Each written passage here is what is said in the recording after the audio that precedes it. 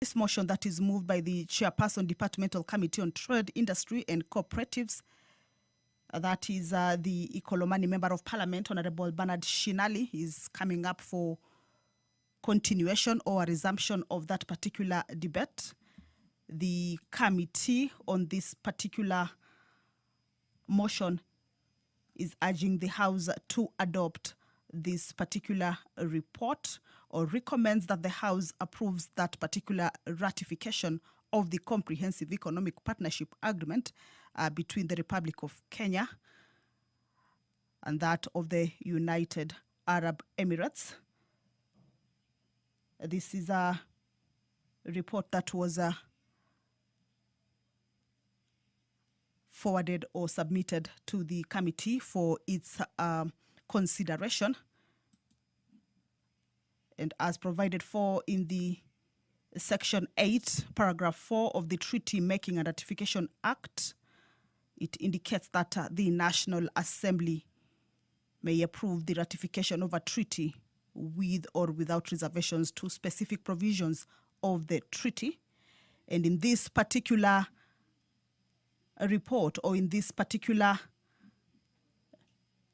consideration that the committee is recommending the House to approve, it has reservations on Article 13, Sub-Article 33 on the protection of undisclosed tests or other data for pharmaceutical products, and also Article 213 regarding non-tariff measures in relation to health products and technologies. So this is as provided for in the Treaty Making and Ratification Act, Section 8, Paragraph 4, where National Assembly may approve the ratification of a treaty with or without reservations to specific provisions of the treaty. This is one of the priority business that the members, before they begin debate on the State of the Nation address that was delivered by the President of the Republic of Kenya, His Excellency President William Samoei Ruto, last week Thursday afternoon sitting. This is one of the priority business that the members of the National Assembly will have to dispense with. Treaties have timelines, so this is part of the business that they will be concluding on this afternoon. However, you can see the Deputy Speaker of the National Assembly, Honorable Gladys Boss, has already made her way into the chamber to preside over this afternoon sitting. Allow me to hand you over to this live broadcast. My name is Kamche Menza. Good afternoon. Members, let us pray. Almighty God, who in your wisdom and goodness have appointed the offices of leaders and parliaments for the welfare of society and the just government of the people, we beseech you to behold with your abundant favor us, your servants, whom you have been pleased to call to the performance of important trust in this republic. Let your blessings descend upon us here assembled, and grant that we treat and consider all matters that shall come under our deliberation in so just and faithful a manner as to promote your honor and glory, and to advance the peace, prosperity, and welfare of our country and of those whose interests you have committed to our charge.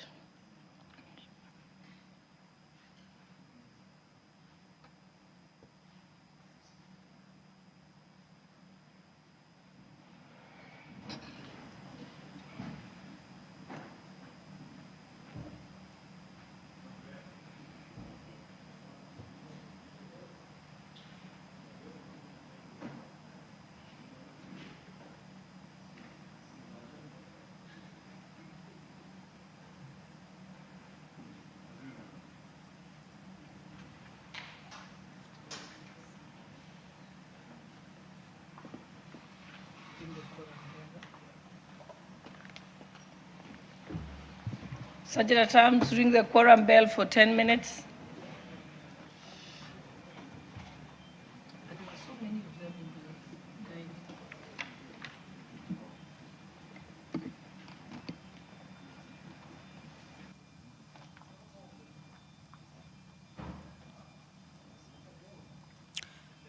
Well, the prayer has been said and the chair taken.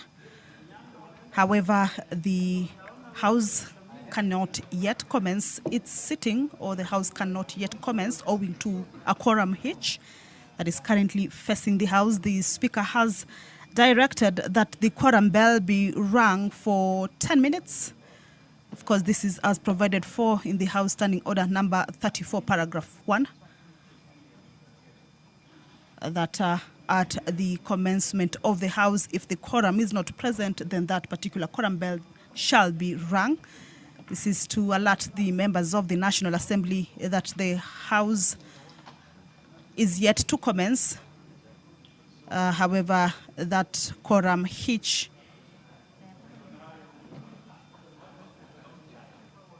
is one of the reasons that the House cannot commence, or is a reason that the House cannot commence, and that their presence inside the chamber is highly needed. So as we wait for the members of the National Assembly to make their way into the chamber, we shall continue to take a look at the business, or the priority business, that this afternoon the members shall be transacting. Earlier on, I had indicated that the motion regarding consideration of comprehensive economic partnership agreement between the Republic of Kenya and that of the United Arab Emirates, a motion that debate already started on the floor of the House, and this afternoon will be a resumption, is that that particular business will be considered. That particular comprehensive economic partnership agreement between Kenya and the UAE was signed on the 14th of January 2025 in Abu Dhabi, and some of the gains or aims is to enhance trade, investment, as well as economic cooperation. That particular agreement also aims at strengthening trade and investment relations between Kenya and the UAE, provide a framework for cooperation in trade, investment, and economic matters, also facilitate trade by reducing non-tariff barriers and improving customs procedures, support small and medium enterprises, commonly referred to as SMEs, and digital trade, as well as enhance cooperation in sectors such as agriculture, energy, and technology. So this is part of the business, priority business, that the members will conclude on this afternoon. It is a treaty and has timelines, so much as the House this afternoon will be commencing debate on the President's State of the Nation address as day one, or marking day one. Consideration on this particular treaty is also important owing to the timelines that are given to the treaty. So this matter will be dispensed with also this afternoon. If you're just joining us, that the House is about to commence its business, there is a quorum hitch.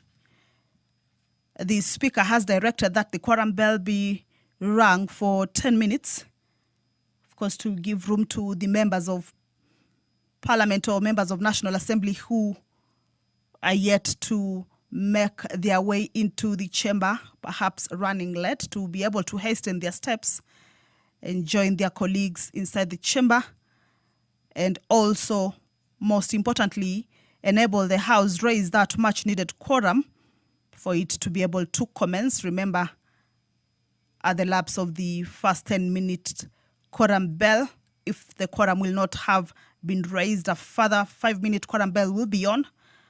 But at the lapse of that second round of quorum bell, if the quorum will not have been achieved, the House will be adjourned until the next sitting. However, the business that is lined up for consideration this afternoon is one that the members will not or may not be able perhaps to move it forward or have the House adjourned, because this afternoon a motion will be moved by the leader of the majority party, Honorable Kimani Ichung'wah, for the House to commence debate on the President's State of the Nation address this afternoon, marking day one.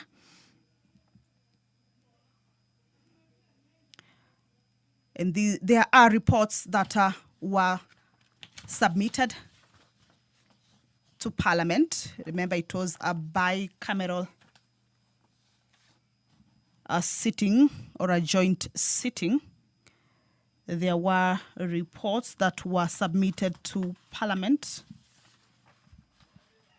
One of the reports related to the realization of national values. The second report related to the progress made in fulfilling the international obligations of the Republic. And the third report related to the state of the security of the country. Now, these reports were committed to Parliament, and during the debate of the State of the Nation addressed by the President, the chairpersons of these relevant committees, that is the Departmental Committee on Justice and Legal Affairs, the chairperson of the Departmental Committee on Defense, Intelligence and Foreign Relations, as well as the chairperson of the Departmental Committee on Administration and Internal Security, will make comments on these particular reports that were submitted to Parliament at the end of the President's speech when he was addressing the bicameral Parliament and at large the nation. So this is part of the business that once the House commences debate or consideration on this State of the Nation address by the President, they will be able to give their comments. These are the chairpersons of the relevant committees that are relating to the reports that the President submitted to Parliament. The House is about to commence. There is a quorum hitch. The Speaker, that is the House, raise that quorum and consider the business that is lined up for consideration. Once that quorum is raised, we shall, without any further delay, hand this business back to the House for you to be able to follow on the proceedings of this afternoon. Back to the State of the Nation address, you will recall that the President paid a glowing tribute to Parliament for what he described as an immense contribution to Kenya's progress over the past 3 years, affirming that the country's achievements are the results of collective effort across all arms of government and the citizenry. And the President, while delivering a wide-ranging State of the Nation address that reviewed his advantages and setbacks and set out a bold roadmap for future development. These are the contents of the State of the Nation address that the members of the National Assembly will this afternoon begin day one of debating that particular address. Let's listen in. We now have quorum. First order.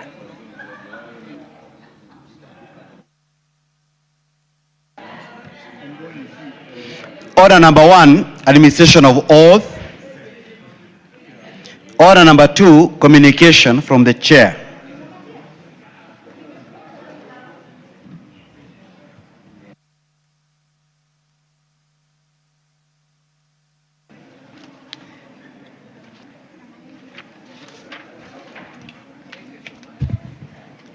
Honorable members, you will recall that on Wednesday, 19th November 2025, the House considered and rejected the Senate amendments to the Public Service Values and Principles Amendment Bill, National Assembly Bill number 46 of 2022. The decision of the House remitted the bill to a mediation committee pursuant to Article 112, 112 and 2B of the Constitution. Honorable members, Article 113 of the Constitution requires that whenever a bill is referred to a mediation committee, the speakers of the Houses of Parliament shall each appoint an equal number of members from both houses to attempt to develop a version of the bill for consideration. In this regard, honorable members, I have directed the leader of majority party and the leader of minority party to nominate members for appointment to the mediation committee to consider the said bill. Once I receive the names of the nominated members, I shall notify the House. The House is accordingly informed. Thank you. Order number 3, messages. Order number 4, petitions. Order number 5, papers. Majority Leader. Honorable Speaker, I beg to lay the following papers on the table of the House today, Tuesday, 25th November 2025. One, the address by His Excellency the President of the Republic of Kenya, delivered in Parliament on Thursday, 20th November 2025, and the following accompanying report submitted by His Excellency the President. One is the annual report to Parliament on the state of the national security for November 2025. Two is the 12th annual report on the progress made in fulfilling the international obligations of the Republic of Kenya for 2025. And three, the 12th annual report on the measures taken and progress achieved in the realization of national values and principles of governance for September 2025. Two is approval of additional funding under Article 223 of the Constitution relating to the financial year 2025-2026 from the National Treasury and economic planning. Three is the annual report on the state of the judiciary and the administration of justice for the year 2024-2025. And finally, four, the annual report of the Office of the Director of Public Prosecutions for the financial year 2023-2024. Thank you, Honorable Speaker. Thank you. Chairperson for the Departmental Committee on Defense, Intelligence, and Foreign Relations. You have a report?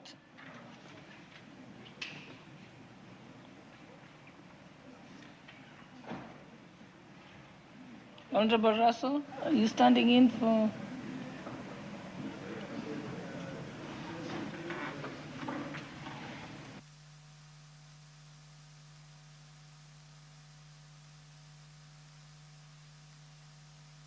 Give him the mic.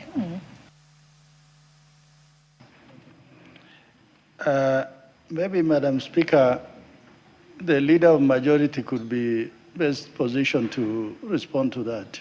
Defense, Intelligence, and Foreign Affairs.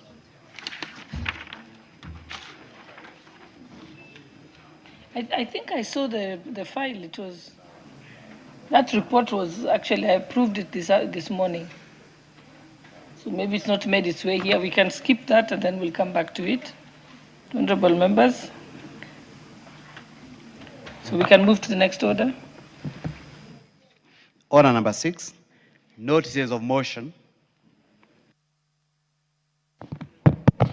Honorable Speaker, I beg to give notice of the following motion that pursuant to the provisions of Standing Order 24.6, the thanks of this House be recorded for the exposition of public policy contained in the address of His Excellency the President delivered on Thursday, 20th November 2025 in Parliament, and further, that this House notes the following reports submitted by His Excellency the President in fulfillment of the provisions of Articles 132(1)(c) and 247 of the Constitution, laid on the table of the House on Tuesday, 25th November 2025.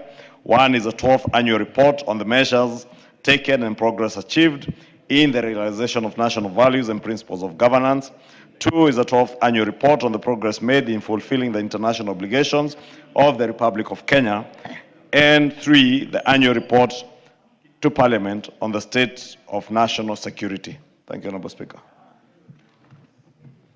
Thank you.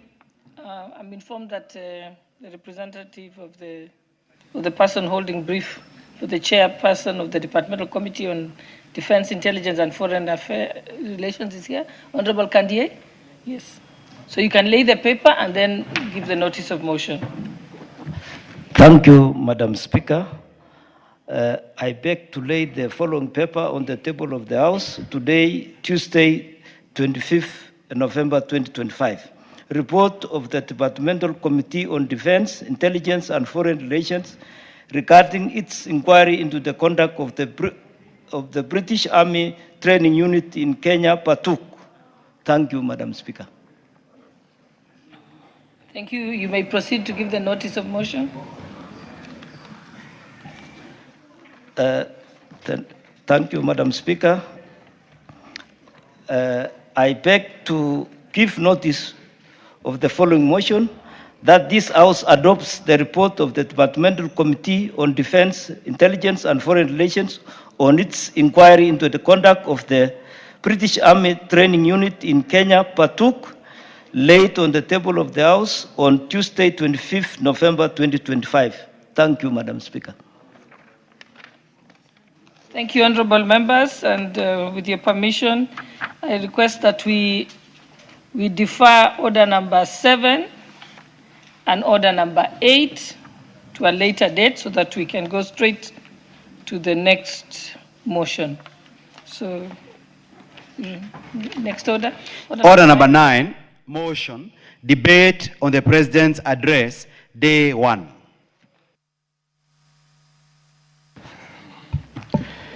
Thank you, Honorable Speaker. And I beg to move that pursuant to the provisions of Standing Orders 24(6), the thanks of this House be recorded for the exposition of public policy contained in the address of His Excellency the President delivered in Parliament on Thursday, 20th November 2025, and further that this House notes the following reports submitted by His Excellency the President in fulfillment of the provisions of Articles 132(1)(c) and 247 of the Constitution laid on the table of the House on Tuesday, 25th November 2025. Honorable Speaker,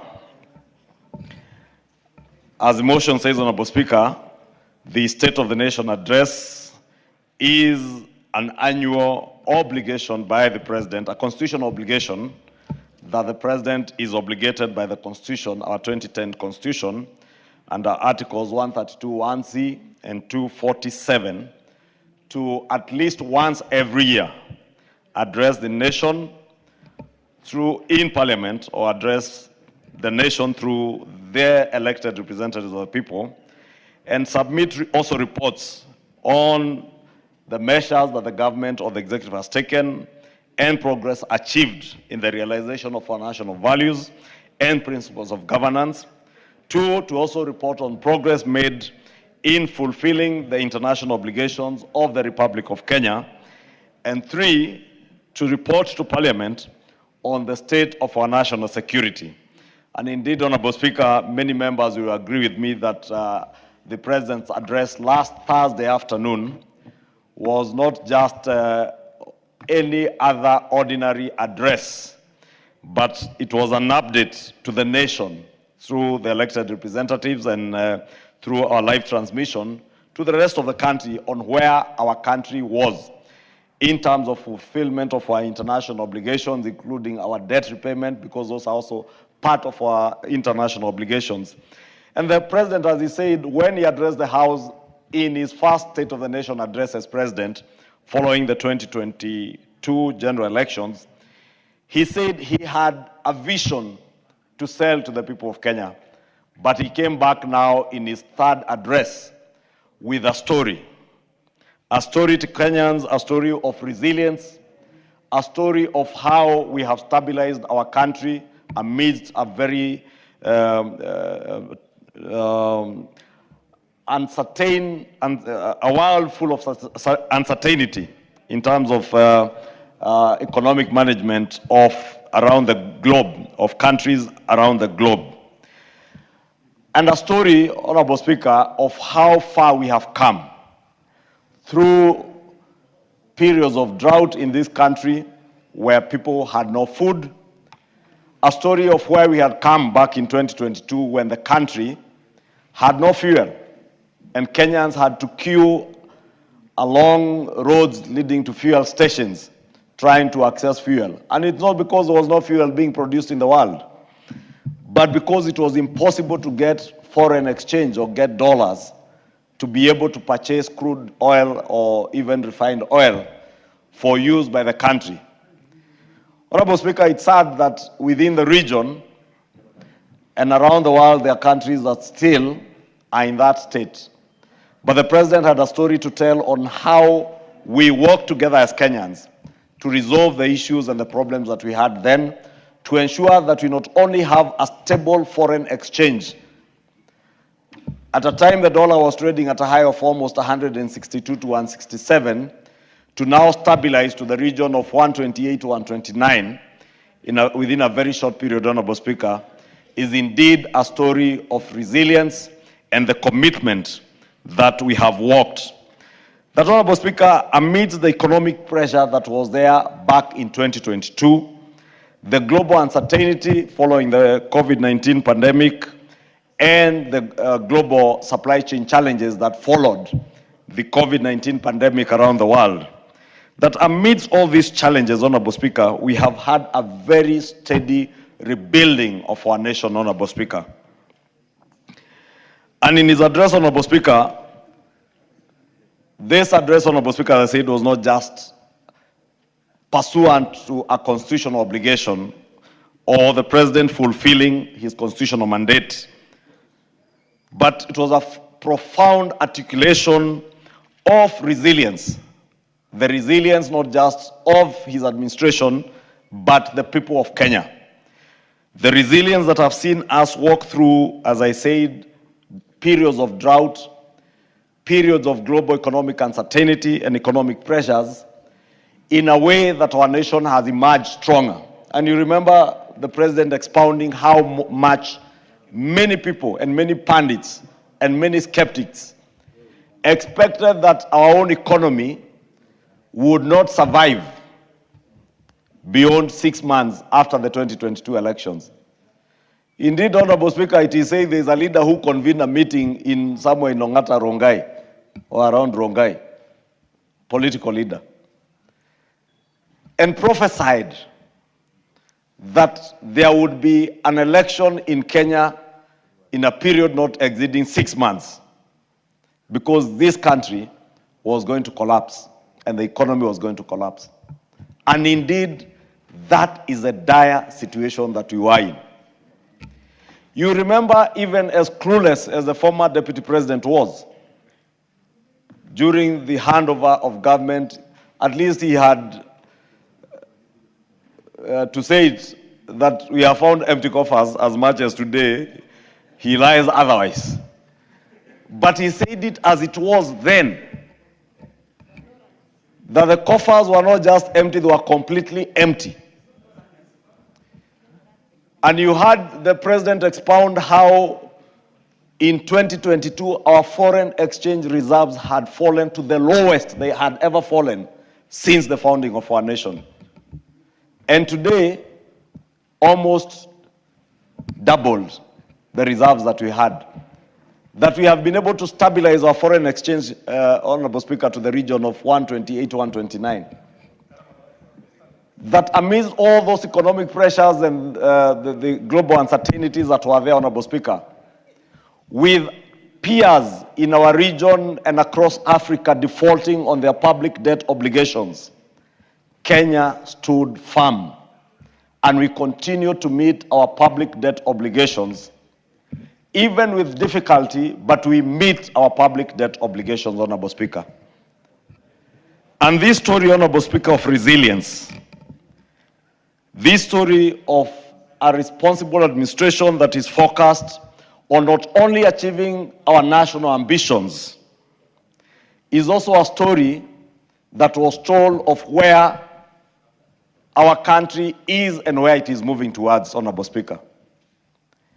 And I keenly listened to His Excellency the President, Honorable Speaker, and I must thank him because he did appreciate the role that Parliament and parliamentarians in the 13th Assembly have played in ensuring that we maintain our nation as a steady nation in an otherwise volatile region, an uncertain global economy, and the huge responsibility that have been bestowed on members of Parliament in both houses, Honorable Speaker, because there are many bills that we have processed that have had to be processed through both houses. And in acknowledging the role that this Parliament has played, Honorable Speaker, that we have been bold to make the right decisions at the right time, Honorable Speaker. Honorable Speaker, when the President spoke here about the high priests of pessimism, Honorable Speaker, It doesn't mean that they will not always be there. They will always be there. There will be high priests of eternal pessimism. We will have high priests also of eternal lies, and we know them. And we also have high priests of eternal negativity, Honorable Speaker. And when the President commended the 13th Parliament for our boldness and our courage to confront the challenges of our times, Honorable Speaker, it was a very emotional time for me because I couldn't help but remember the events of the year 2024 and the unfortunate incidents around the Finance Bill of June 2024. Honorable Speaker, because I am always very truthful, I have always told Kenyans that they were lied to.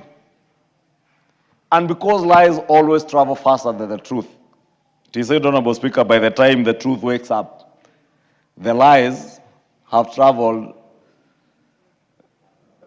half the world, I'm told. Actually, the correct phrase is that before the truth starts tying its shoelaces, the lie has traveled halfway around the world. Before the truth wakes up, the lie has traveled half the globe. And indeed, that is the situation we found ourselves in, Honorable Speaker.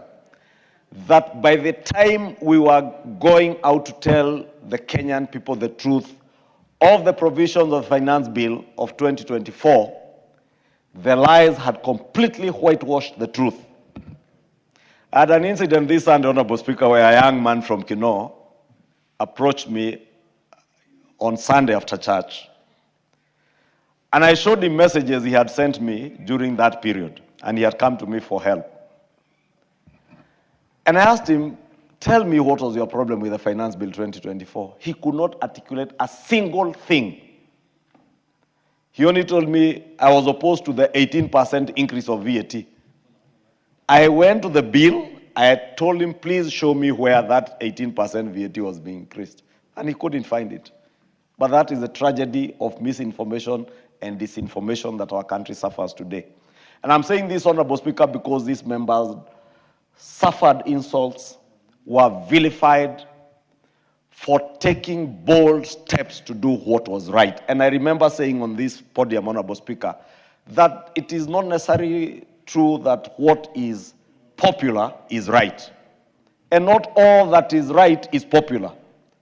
But this parliament chose to do what was right for our country, and that is why today we have that story that the President was speaking to, a story of resilience, a story of faith in our country, a story of sacrifice, huge sacrifices by the people of Kenya, by farmers in Kenya, Honorable Speaker, who today are feeding our nation and reducing the burden of our foreign exchange that we have to cough out to buy food or to import food, be it maize that our farmers are producing, be it those farmers who are producing sugar for us along the sugar belts of Western Kenya, Nyanza, and the coast region of our country, Honorable Speaker, that this story of resilience and sacrifice is a story that permeates in every household across our country, Honorable Speaker.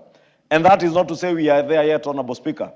And the President did allude to that fact, that we are not yet there, that we must continue to make bold and courageous decisions to move our nation forward, Honorable Speaker. That, as he has always said, it is indeed true that it is possible within our lifetime to be able to transition this country and our economy from a third world country to a first world country, Honorable Speaker. And at least it's good I had, Honorable Speaker, over the weekend, those who have no agenda, those who have no policies to expound to the people of Kenya, those who speak boldly in funerals over the weekends, Honorable Speaker, at least had content this weekend.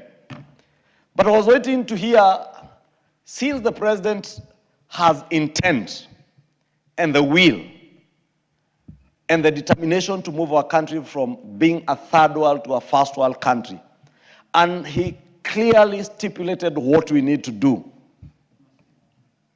and called on us as the House of Representatives to work with him and work with the Kenyan people as we move our country from the third to the first world, Honorable Speaker. And he was clear in his plan, Honorable Speaker, including the setting up of the infrastructure fund and how we will innovatively fund that infrastructure fund to be able to leverage on it to raise more capital to roll out development projects that will indeed transition our country from a third to a first world, whether it is in the provision of water, for irrigation, to ensure that we are producing adequate food for our country and even be able to export food from our country, whether it is in the rollout of dual carriage roads, whether it's from Rironi to Mau Summit, from Marua all the way to Nanyuki, Isiolo, whether it is the Maimahiu road to enable those people who are going to Narok, like the Honorable Rebecca Tongei, to be able to commute from Narok to Nairobi in record time, and be able to move goods and services around our country, Honorable Speaker. That speech, Honorable Speaker, you could tell the clarity of mind that the President has on what he intends to do and what he's calling on us as a country to work with him and work with each other shoulder by shoulder to achieve. But the high priests of eternal pessimism, Honorable Speaker, in funerals and other social gatherings around the weekend, around the country, well, they are saying, oh, we cannot move the country to a third world, from a third world economy to a first world economy. And they have no idea on what needs to be done.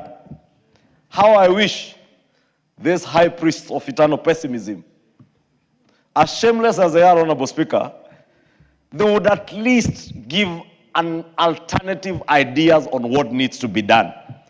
Because it is easier to speak and criticize, but it is better to criticize and offer an alternative. And indeed, those in the opposition, Honorable Speaker, you pride yourselves that you are the government in waiting. You cannot be a government in waiting by just shouting. Only 3 words: one term, Kasongo, and must go. And nothing beyond that. And when they are challenged, Honorable Speaker, and they are told, you have no agenda, you have no plan, and indeed even the people of Kenya at times say you have no brains to be able to articulate to Kenyans what you need to do for them. They take offense when it is Kenyans who are saying it. I saw the other day people in Ukambani, and Honorable CNN was there, in Kitui. The public saying indeed these people have no brains to be able to articulate ideas of how to move the country forward, Honorable Speaker. But they have a very quick mind and quick mouths to run their mouths and criticize and sell negativity and say how well it cannot be achieved. But you are not telling us, if you had the opportunity, what would you do? What is the alternative, Honorable Speaker? I want to invite members of this House and indeed the country to work with President William Ruto in walking the talk and doing what we need to do, Honorable Speaker. He has called on us to support the setup of the infrastructure fund, and I must, in a very special way, Honorable Speaker, as a leader of majority in this House, also express my thanks to the House and to all the members of this House who have been positive, who have been bold and courageous to make the right decisions at the right time for this country, Honorable Speaker. It is indeed true, Honorable Speaker, that those who 3 years ago were saying that if we set up the housing fund, there is not a single house that will be built in this country, are the same people today who are asking, how can I be able to buy an affordable housing or social housing or a market rate housing unit for my family? But, Honorable Speaker, that also speaks volumes to the tragedy that we face as a country today because of leadership that misleads its people, Honorable Speaker. And indeed, it is true that the greatest tragedy we have had in this country is the tragedy of leadership. when you have leaders who cannot make decisions, when you have leaders who are watermelons in decision making, when you have leaders who are clueless, rudderless, visionless. Honorable Speaker, when you have such leaders, we lose the plot because they will not tell people where they want to move people to. All they can do is to look at the plans of others and poke holes in the plans of others. Please, for once, offer Kenyans an alternative. And I'm saying that, Honorable Speaker, because I saw some clueless governor of one of those purported party leaders saying the other day that it is indeed true, hatuna agenda yetu ni kupeleka Ruto nyumbani. Then I asked myself, okay, Ruto goes home every day. Then what for Kenyans, Honorable Speaker? And that's why I have also been very bold at times to tell these members of parliament, fear not when people tell you, oh, 2027 home. Which home? You go home every day. You are elected leaders to make decisions on behalf of the people of Kenya. And you must be bold and courageous when you are making decisions on behalf of the people, so long as you are doing it in their best interest. And I want to believe that is why the president was commending the 13th parliament, because you have made bold decisions in the best interest of the people of Kenya. When I see the rise of affordable housing units in Mukuru, Honorable Speaker, and Mukuru, by the way, is a very small fraction of what is being done. When you fly over Kibra, you can see the transformation that Kibra is going through. You can see the demolitions that are going on along Jogoo Road, forgotten the name of that estate. Makongeni estate, Honorable Speaker. Makongeni will probably be 4-5 times the size of Mukuru. Sports stadia across the country, Honorable Speaker. Sports academies in our villages, tapping on the talent of our youth, so that those who misuse our youth, because I've seen grandfathers calling themselves, oh, I am the leader of Gen Z. How can you lead a generation that you don't even understand? How can you lead a generation which you even have no plan for, or you have no vision of how you can transform their country for the benefit of these young people? The transformation, Honorable Speaker, that is happening across our country. Honorable Speaker, whenever I travel around the country, whether it's from Kapsabet to Kakamega, to Lokichogi, Honorable Speaker, to Mbere North, where I was yesterday, Honorable Speaker, to Embu, to Nyeri, they are hallmarks of the actual transformation that is going on, whether it is in housing, whether it is in roads being built, Honorable Speaker, roads, some that stalled way back in 2015, 2016, today are being reconstructed because of the bold decisions that this House made some years back, Honorable Speaker. We are the people, we are the leaders who hold the future of our children and our young people in our hands based on the decisions that we make. And that's why, Honorable Speaker, I've said, I join the President in commending this House, that amidst all that pessimism, amidst all the negativity, the bad-mouthing, the negativity, the misinformation, the disinformation, this House stood. And as the President said, we will have a paragraph as a House when finally the history of this country is rewritten on how we moved our country from a third world to a first world country, when we enacted laws that created the housing fund, when we enacted laws that transformed the health architecture of our country to ensure that every Kenyan across the nation, Honorable Speaker, can access universal health coverage. That, Honorable Speaker, in far-flung corners of this country where they never knew what a tarmac road is, they will be able to see tarmac roads like those in Kitui, those in the Matiliku Road, Emali Matiliku Road, which I saw the former Vice President doing some content creation along the road. And I want to invite Honorable Kalonzo Musyoka to please go back to the same road and do another content creation episode and show the people now that the road is being done. Go to Emali Ukia, show people that the road is actually being done. But you know, Honorable Speaker, when I say what has bedeviled this country, Honorable Speaker, is poor leadership and lack of leadership over the years, Honorable Speaker. You can imagine the people of Ukambani had leaders all along, but it has taken bold leaders like the Honorable Basir, like the Honorable CNN here, like the Honorable Rachel Nyamai, Honorable Kawaya, and other great leaders to make sure that they are taking development that was promised to the people of Ukambani. I am told the Ukia Emali Road, I heard Governor Kibwana say that his father, not Governor Kibwana, who is, I think, is 70-something years old, his father, and you can guess probably his father would be 100+ years, had that road promised to him when he was a young man by the colonial government. The Kenyatta administration came, promised the same road. The Moi government came during Mulu Mutisia's time, promised the same road. Mwai Kibaki's government came, did the Emali to Loitoktok road, but Emali to Ukia was never done. Uhuru Kenyatta's government was there for 10 years, and nothing was done. It has taken this administration 2 years to be able to deliver on very good projects like that of Emali Ukia, Matiliku, Emali Road to the people of Ukambani. And that is a story across the country, Honorable Speaker. That when this country was able to only employ about 300,000 teachers over a period of 60 years, 60 good years, within a period of 3 years, we will have employed 100,000 teachers within a period of 3 years. But the high priest of eternal pessimism will tell you that the education system in Kenya is dying.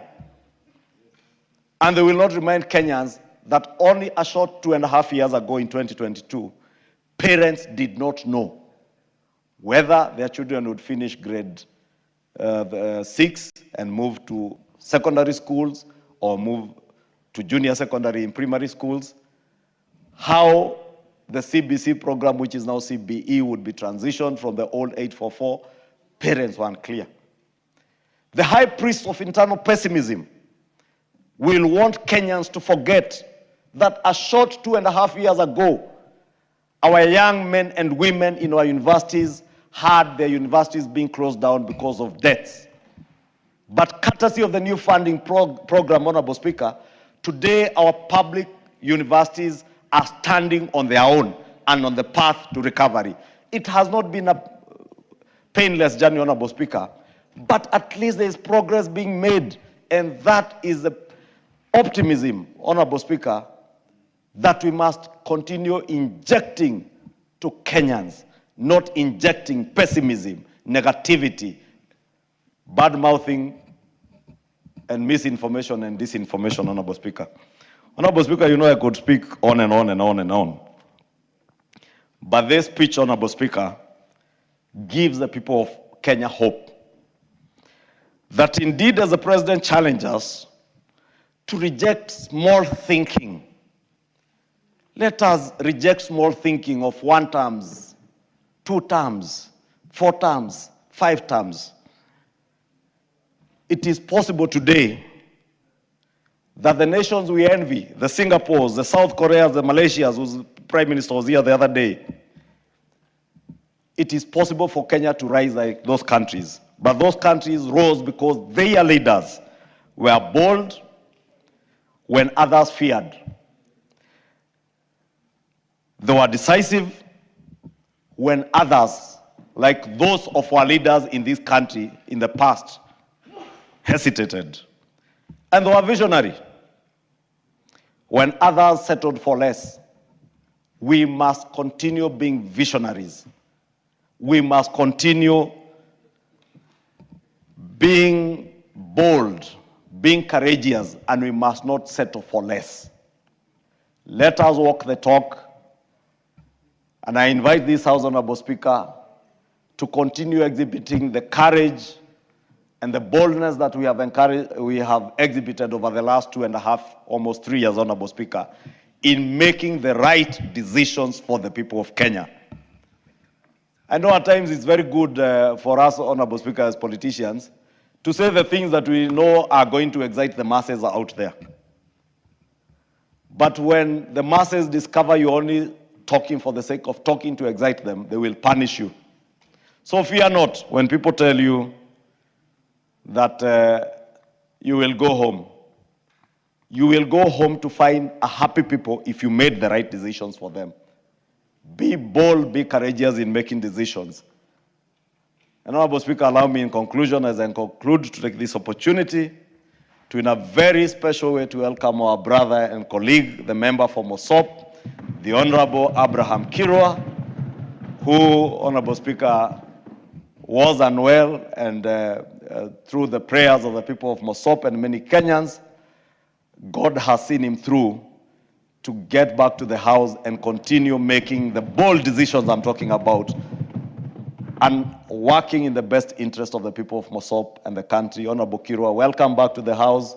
And I take this opportunity not just to welcome you, but to thank the Almighty God and the many Kenyans, especially the great people of Mosop, who have continued to pray for you to fully recover. And it is indeed great to see you here, well, walking on your own and being able to come and represent the people of Mosop and work as a member of parliament that they elected. And I thank the people of Mosop, particularly for being patient and being supportive to the Honorable Kirwa when he was in this post. And we wish you all the best, and thank God for being there for you. Continue serving the people of Mosop and the people of Kenya with the diligence that you have done over the last 2 years, with the courage that you have exhibited, that even at a time when Honorable Kirwa was unwell and out of the country being attended to, he had the courage even to come online and vote when he was called on to come and vote for what was important for this country, Honorable Speaker. That Honorable Kirwa had the courage to even organize programs, bursary disbursement in his constituency to make sure that he's following up the needs of his people. This is the resilience, Honorable Speaker, that the President was talking about. And I thank God for the Honorable Kirwa and thank the people of Mosop for the support that they have given to their Member of Parliament. And indeed, Honorable Speaker, because I just spoke about 2 terms and 1 term, I want to encourage the people of Mosop to give the Honorable Kirwa an opportunity when the time comes to serve for a 2nd term in this House, Honorable Speaker, because he has a very clear vision and plan for the people of Mosop. And that I know because I constantly engage with Honorable Kirwa and I've been speaking to him while he was away. And you can see the love and the passion that he has for the people of Mosop. It's not normal, Honorable Speaker, for a member who is sick, any human being who is unwell, and instead of worrying about his own well-being, is worrying about the people he represents. That is the Honorable Kirwa, Honorable Speaker. And that tells you the kind of leaders that we have in this country who are empathetic to the people that they represent. And I want to encourage Kenyans, even as you insult members of parliament, left, right, and center, even as you threaten them, remember they have empathy for you, they love you, they work for you, and they make sacrifices for you. And they will remain resilient, even amidst the negativity. And even as we fight with those high priests of internal pessimism, as were described. And Honorable Speaker, with that, I beg to move, and I want to request the Honorable Kangogo Bowen, the indomitable member for Marakwet East, to second this motion. Thank you, Honorable Speaker.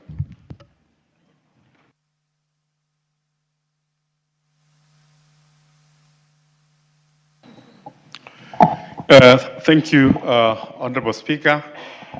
Honorable Speaker, as I second, I also want to join the little majority to welcome the Honorable Kirwa to the House.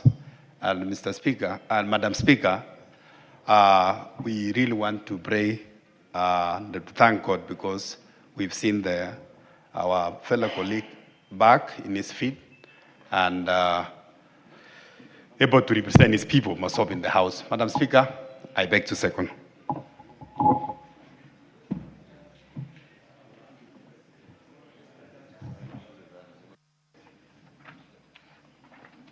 Honorable members, I now propose a question that pursuant to the provisions of Standing Order 24.6, The thanks of this House be recorded for the exposition of public policy contained in the address of His Excellency the President, delivered in Parliament on Thursday, 20th November 2025, and further, that this House notes the following reports submitted by His Excellency the President in fulfillment of the provisions of Articles 132(1)(c) and 247 of the Constitution, laid on the table of this House on Tuesday, 25th November 2025, and those being the following documents: the 12th Annual Report on the measures taken and the progress achieved in the realization of the national values and principles of governance.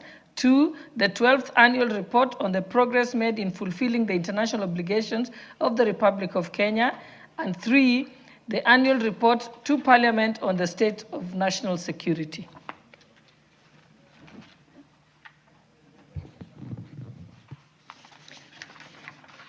The Honorable Shakil Shabir, member for Kisumu East.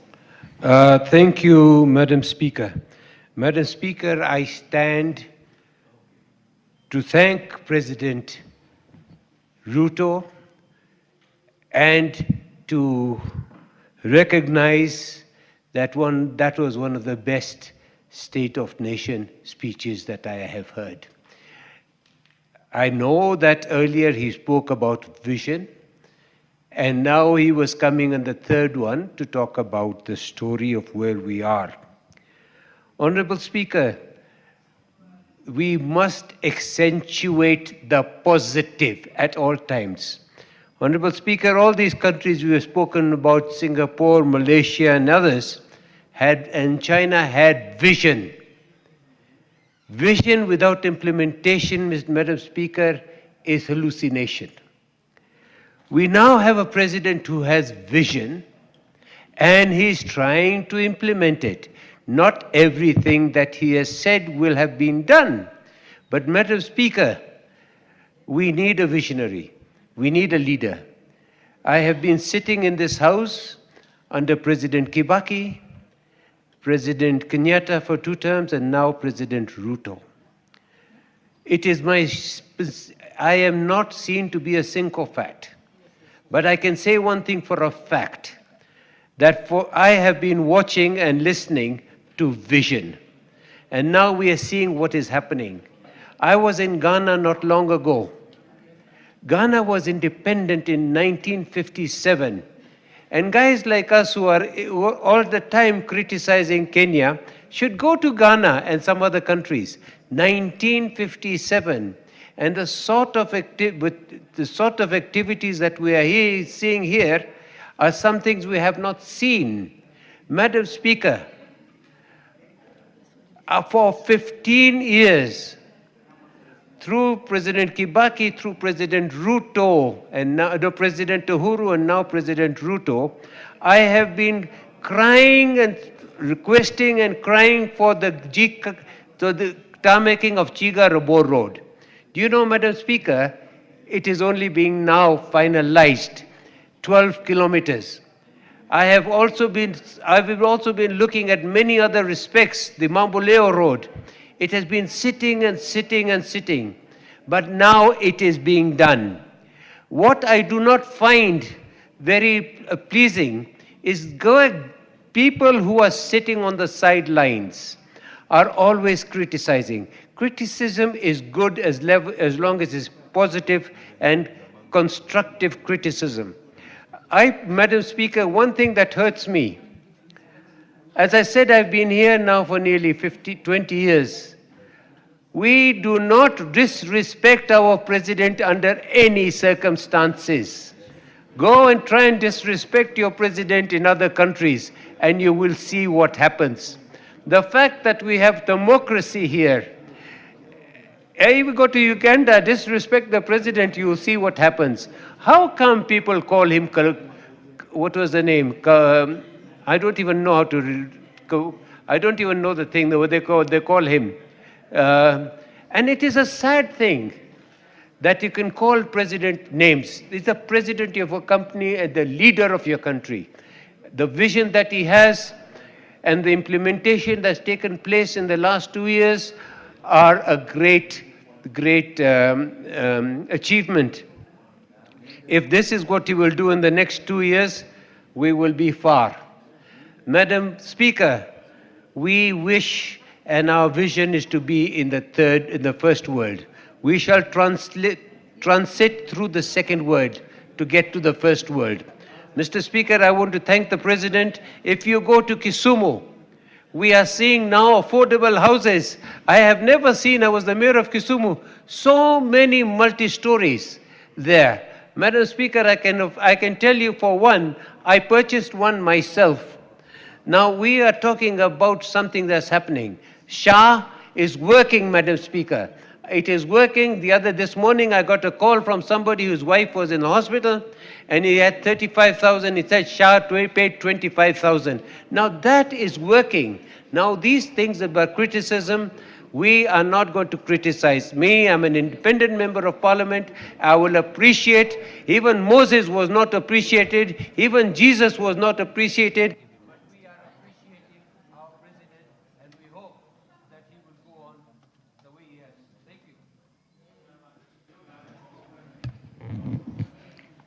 you. Honorable members, I now want to use this opportunity to give an opportunity to speak as we welcome him back, the Honorable Abraham Kirwa, member for Mosop constituency.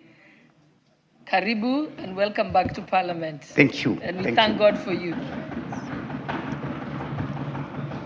Thank you, Madam Speaker. I want to say thank you for welcoming me. I want to thank all the MPs in this House, those who came to the hospital in Nairobi, those who came to Dubai, those who came to United States of America to see me. I want to say thank you, thank you, thank you. Because when you are in this post and somebody comes to see you, it really means a lot. It really means a lot. And it's not that I wanted to be sick or I wanted to go down, but some way, somehow, I got sick. So I really, really want to thank the Speaker, first of all, for really allowing me, even in this time that I was away, that he will stand with me. But the person who stood with me and really stood out better is the clerk of the National Assembly. The clerk of the National Assembly went above and beyond to really make sure that I was okay. He came to the hospital here, in Roy Hospital. He came he sent people to Dubai. And every time there was a member who visited United States, he made sure that he came to see me. And I want to say thank you, thank you, thank you. Even when I arrived, he made sure that I was okay, everything was working well, and I want to thank him from the bottom of my heart. The next person who really stood and really, really helped me out is my wife. She was there from the beginning to the end. She's still there, and I want to say thank you, and thank you, and thank you. And I want to say also thank you for people of Mosop, because they understood that I was sick. And it is not that I wanted to be sick, but they understood that I was in this post. I've been gone now for 15 months, but somehow, the projects were going on. Those in the office were able to make sure that they followed the procedure and things was done and everything was going on well. But they were patient with me.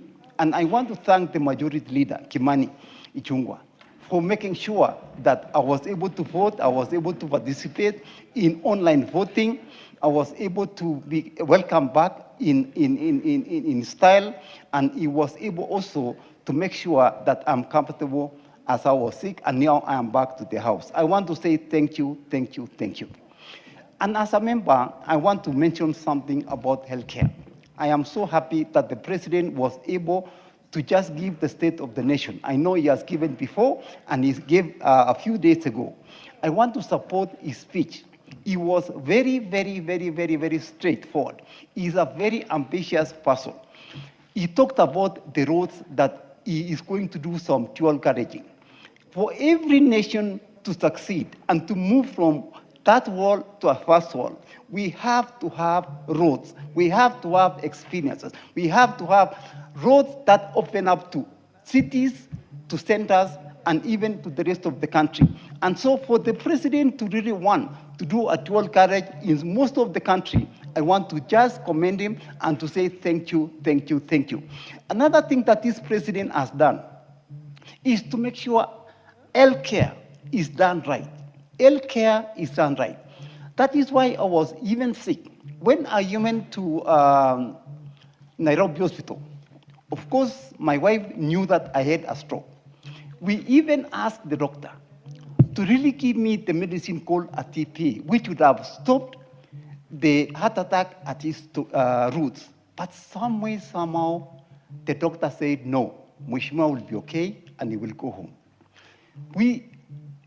Dr. Caro came, told the doctor the same, can you give him a TPA so that Mheshimiwa can be okay?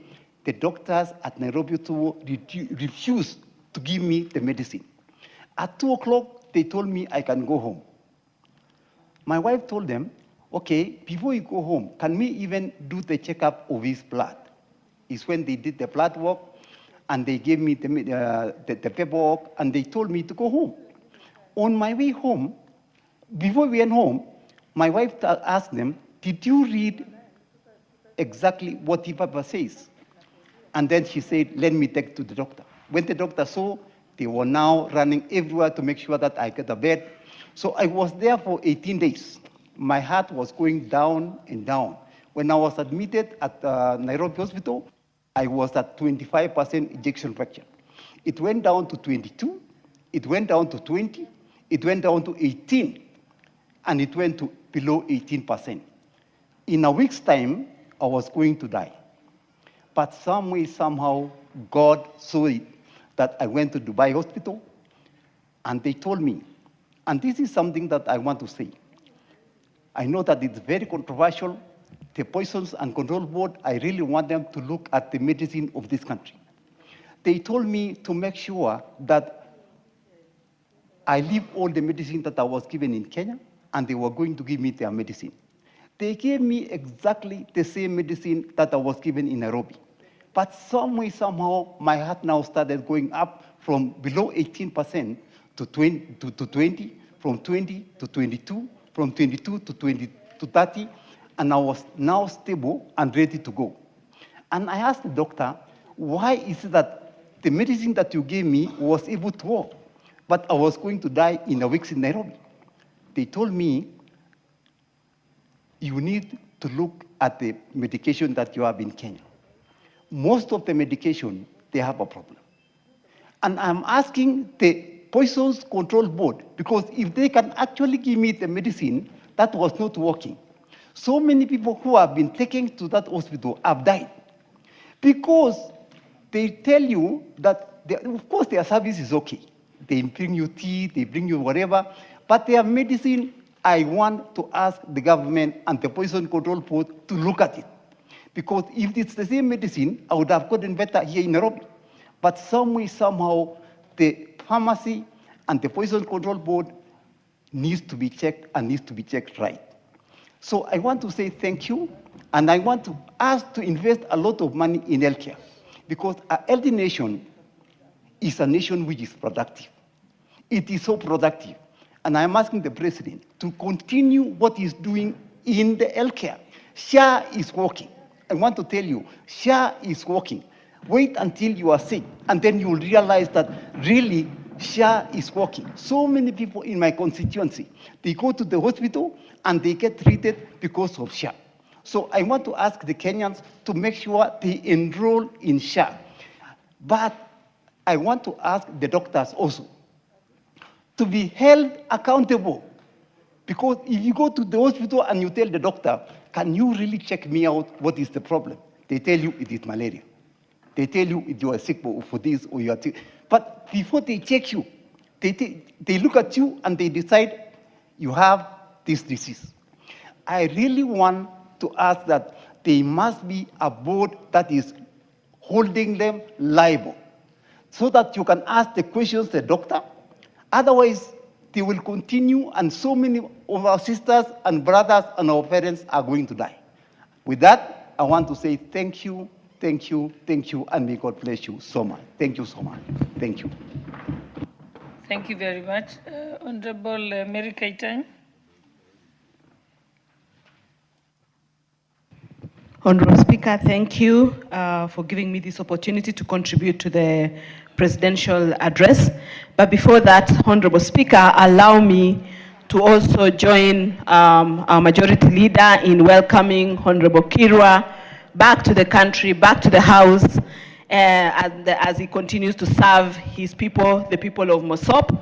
And as I welcome him back, allow me also to thank the wife, Fraser Kirwa, who, without her, I don't think Honorable Kirwa would have been where he is today.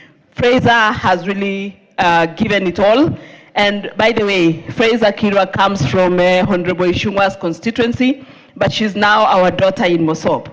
So we want to say thank you to her. She's seated at the gallery up there, and we want to tell her thank you, continue taking care of Honorable Kirwa so that he can be able to continue serving the people of Mosop. And as Honorable Ishungwa has said, if there is someone who deserves a two-term at this stage, I think Honorable Kirwa, the people of Mosop should actually see in their hearts to give him a second opportunity so that he continues to serve them, because he has done a great job. Even while he was away, many projects are continuing in Mosop, and he's been following them through. We thank you, Honorable Kirwa. Despite your sickness, you've always continued to take care of your people. On the President's address, I want to say the things that the President talked about. If we look at our country from 2022 when we came into today, the country has really progressed, and we can see that Kenya is a different place from the country we got into in 2022 when we got elected into this 13th Parliament. I want to thank the President for actually recognizing the efforts that this 13th Parliament has been able to give to this country, so that he is also able to then manage the country and be able to steer the country to where it is today. I will start with the energy sector. And for this country to develop, we need energy. And currently, our energy consumption is far less, energy production is far less than the consumption that we require, yet we want to move our country to a first world. And to be able to move our country to a first world, we need to go into manufacturing, just like the way the countries like China, countries like Singapore, countries like Korea, who do products like Samsung, are manufacturing products in their countries. And to do that, we need the basic infrastructure. One of the infrastructures being energy. The President has looked forward and futuristic and said that this country requires at least a minimum of 10,000 megawatts of power for energy or for production to be able to happen in this country. Related to energy is road infrastructure. And if we look at the roads that have been lined up, some that are currently ongoing, and those that have been lined up to be made in this country, you realize that the dream of being a first world is actually fast coming to a reality.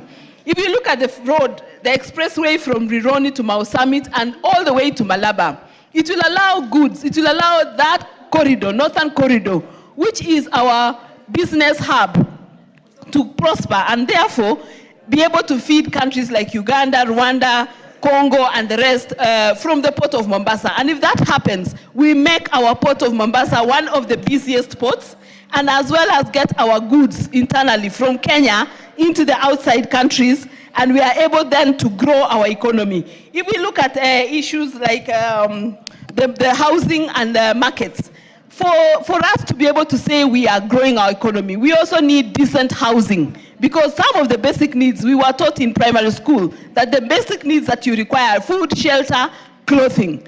And one of the basic needs being food and shelter is an issue, is a need that has been taken care of by our President very, very well. And today, every part of this country has an affordable housing that is coming up. The markets, for example. Our women who are told that they will be moved from the bottom to up. Today they have a decent place to do their business, a decent place to work, because a market has been built that has even places where their children can be able to play, they can be able to breastfeed their children as they continue to do their business and progress in their lives. And if you look at also the issues to do with education, I think the president has also progressed very well in education. From the time when we started in 2022 to now, 76,000 teachers employed, and by next year we'll have. Just give her a minute. Thank you. From the time we started to now, Honorable Speaker, we have 76,000 teachers and we are expecting another 100,000 teachers by January to be employed. And finally, on the youth program, the Nyota program, that is a program that has really gone to help the youth and the youth to grow and know that they can be able to also build this country, build this nation by doing something that can also give them something into their pockets under the Nyota program, where they are getting 50,000 shillings to be able to start and grow a business. I think with all these and many more things that the president is looking at, we actually are moving Kenya from the current third world to being a first world country, and we want to join the president in the dream of moving Kenya to a first world country. I thank you, Honorable Speaker. Thank you very much. And honorable members, please be reminded that each member has 5 minutes. Reason being, there's a lot of interest from many members, so that everyone can have an opportunity. The Honorable Kainan, member for Elders. Madam Speaker, dreams are valid.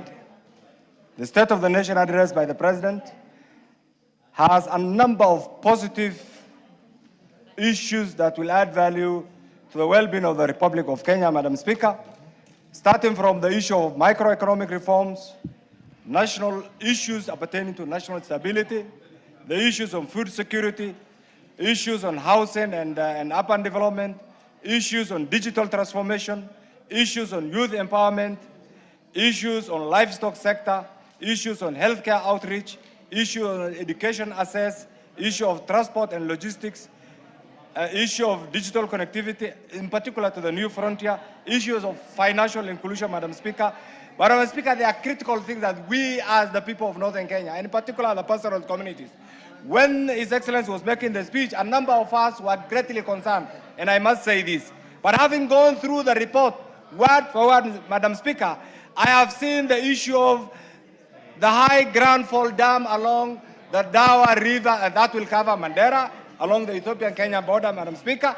I've also seen a big mega dam called the Isiolo, Barsalinga. Madam Speaker, I really want to, Madam Speaker, we really want to. Just proceed. The issue of Isiolo, Barsalinga Dam, Madam Speaker, in Isiolo, the issue of Sicily Canal in Garissa, the issue of Lowat Dam, Madam Speaker, in Turkana.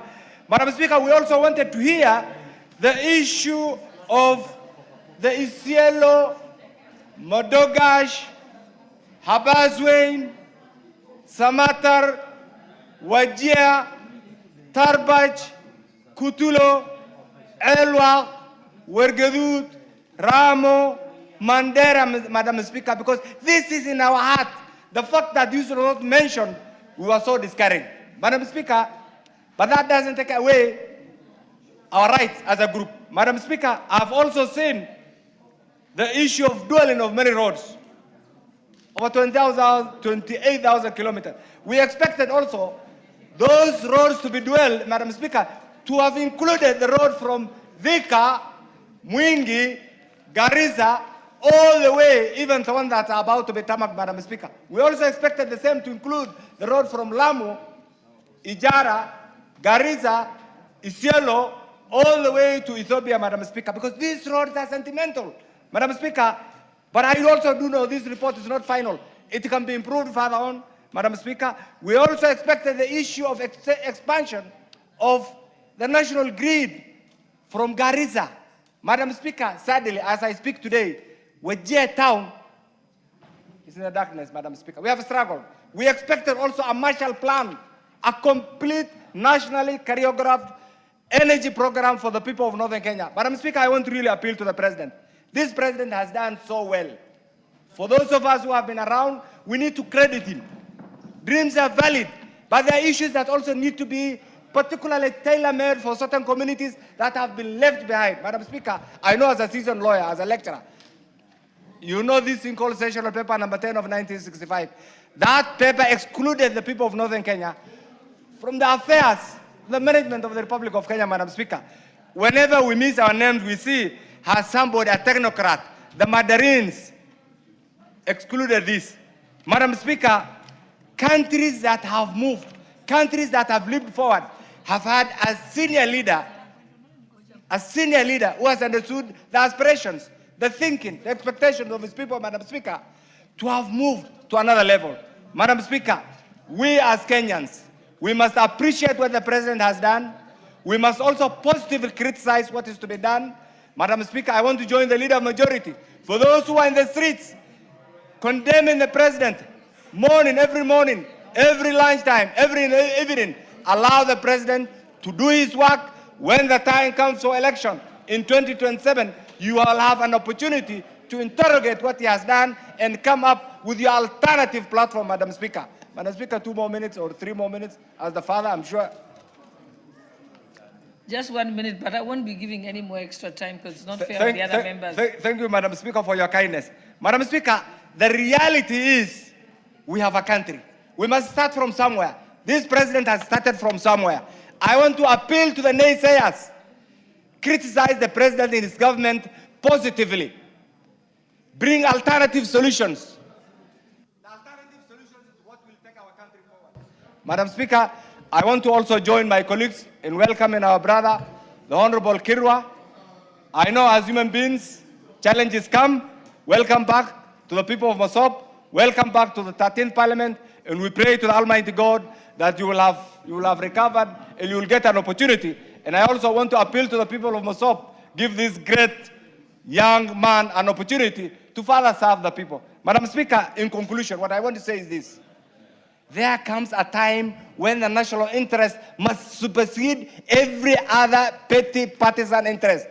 I want to appeal to the people of Northern Kenya, wherever you are. This President has invested in every available opportunity to our development.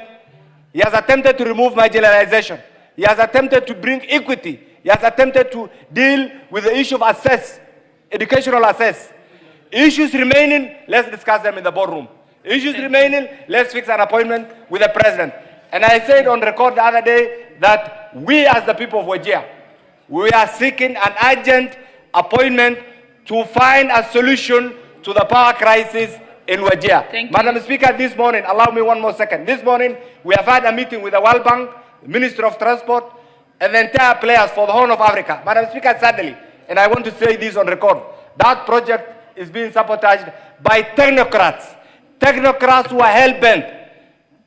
Technocrats who are determined to create political discord between the President and the people of Northern Kenya. I want to appeal to the President. Deal with those cartels who are out to frustrate that critical infrastructure road that will open up Northern Kenya. As it is right now, it's not going on well. And I'm duty-bound to say this. I support the report. Thank you. Honorable Maika Mzigi, member for Taita Taveta.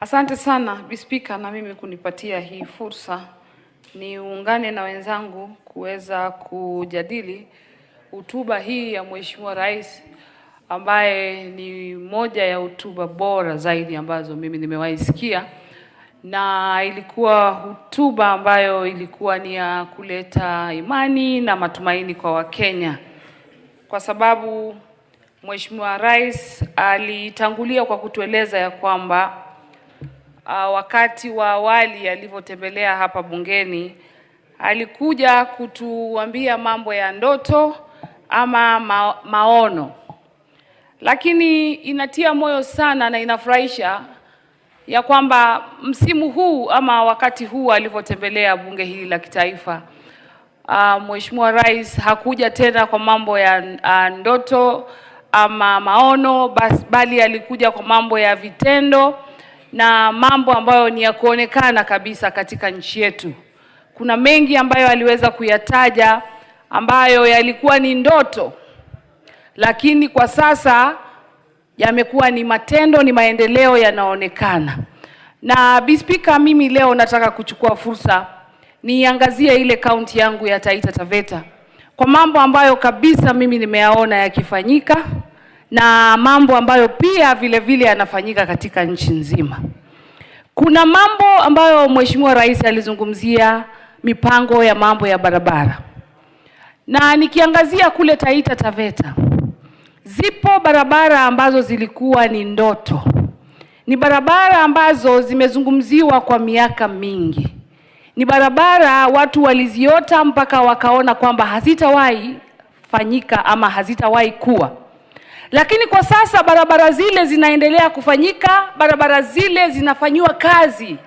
Bi Speaker, barabara ya kutoka Taveta, Chala, Njukini, Rombo mpaka Elasit ni barabara ambayo ilikuwa imekuwa ndoto, lakini barabara ile sasa hivi inatengenezwa.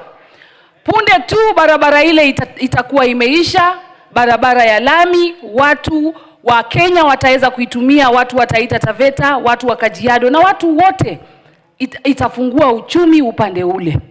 Ipo barabara ambayo ilikwama kule Taita Taveta. Kule Taita Taveta tunapenda kuita sana the ring road. Barabara ya kutoka Bura kuzunguka all the way mpaka kurudi Mto Magodi. Ile pia ilikuwa ni ndoto. Barabara ile ilikuwa imekwama, Bi Speaker. Lakini sasa hivi tunavyoongea, contractor yuko kwa site, anafanya kazi. Kusema kweli, Rais alikuja hapa na vile alisema alikuwa amekuja kuzungumzia ndoto, lakini saa hii ni mambo hali halisi yaliyopo na watu wanayaona. Masoko ya kisasa ambayo tuliyazungumzia tu na watu wakasema hayatakuwa, lakini hayawi yapo sasa hivi. Nikiangazia Taita Taveta tena, kule Voi, tukienda kule Maungu, lipo soko la kisasa limejengwa pale. Soko ambalo linamfanya mama mboga akae mahali pazuri, mahali pa heshima, mahali pa kuweza kufanya kazi. Lipo soko mahali panaitwa Mwatunge. Lipo soko ambalo mahali naitwa Taveta.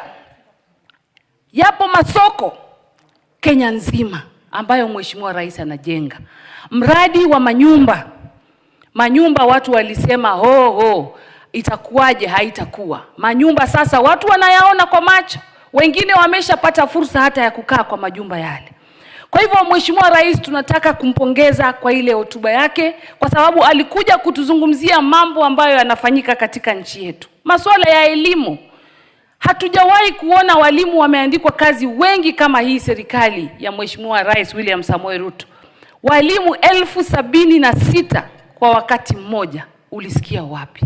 Lakini hapa Kenya imefanyika na inaendelea kufanyika. Vile vile tukizungumzia masuala ya afya, SHA. Watu walikuwa wanasema SHA haitaweza. Sasa hivi kila watu wanasema SHA inafanya, na SHA inafanya kweli. Na vile vile wale CHPs ambao walikuwa wanateseka kwa muda mrefu, wanajitolea bure kufanyia watu kazi, wakaboreshwa, wakapewa vyombo vya kazi, wakapewa vyombo vya kusaidia wananchi, na vile vile wakapewa token of appreciation, wakapewa zawadi kidogo, fedha kidogo.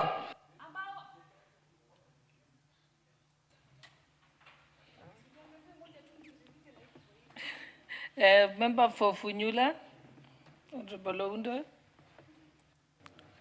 Thank you, Honorable Speaker. As we debate the presidential speech as provided for Article 132(1), also let me join my colleagues in welcoming back Mheshimiwa Kirwa, and we pray Almighty God can give you strength and recover fully as soon as is possible. Honorable Speaker, the Constitution of Kenya and Article 132(1) requires that the President, among other things, once every year, report an address to the nation on the measures taken and the progress achieved in the relation of the national values referred to in Article 10.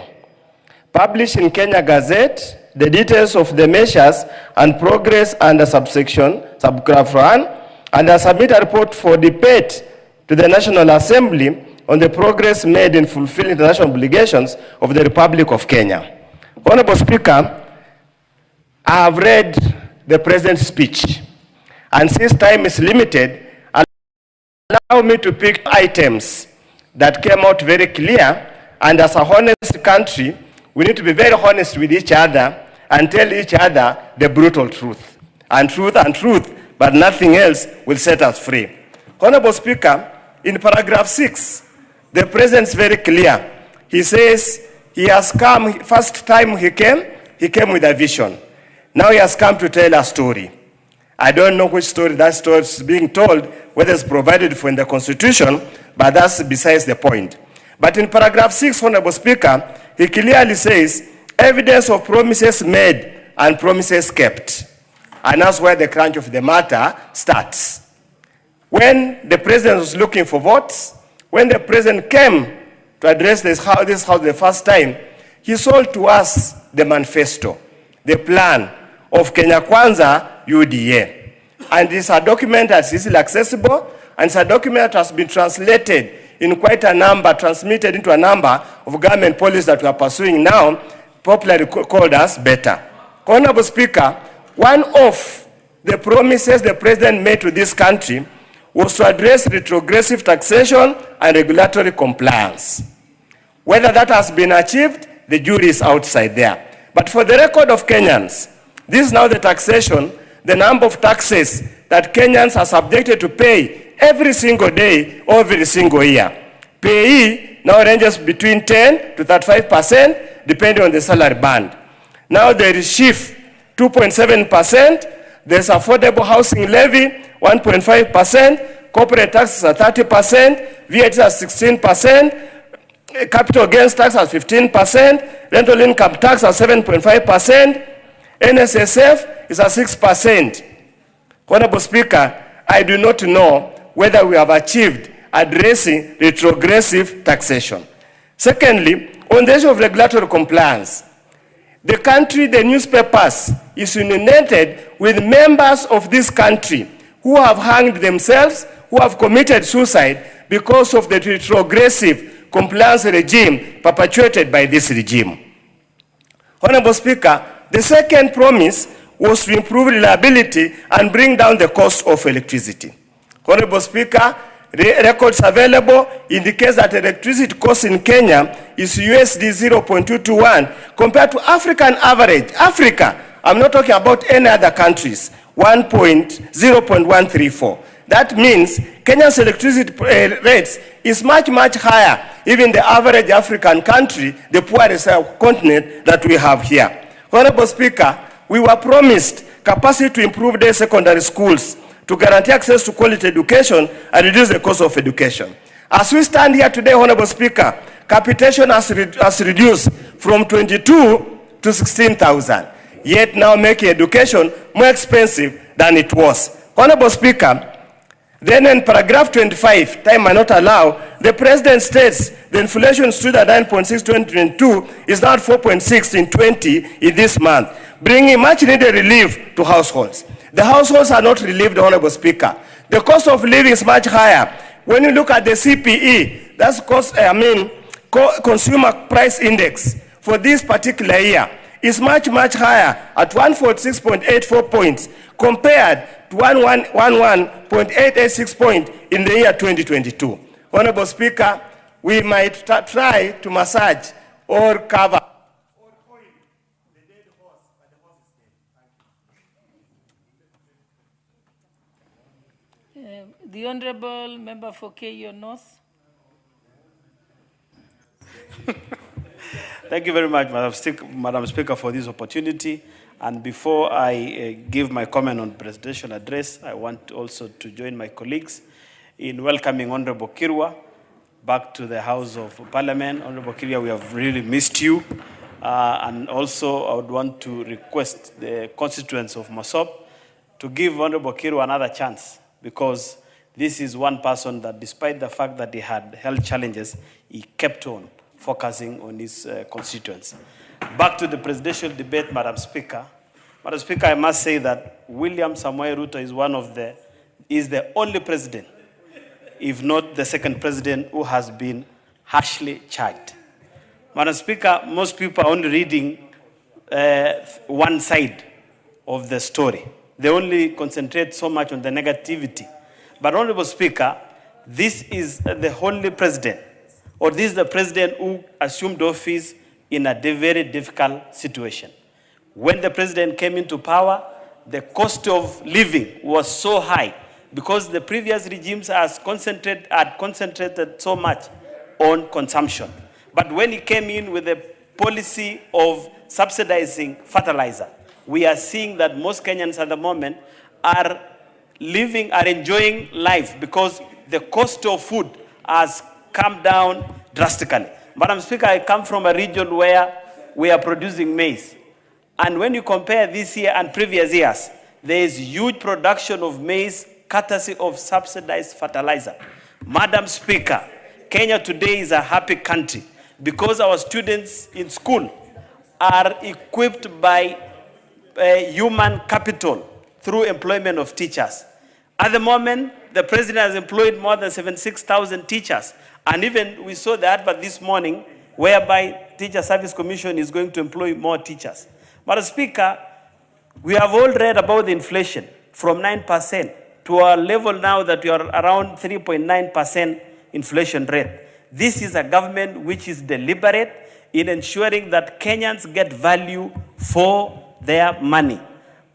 Also on the part of housing, Madam Speaker, as promised by the president, it is no longer an history. When you go to all parts of the country, including my own constituency, which is Iten town, we are seeing houses coming up.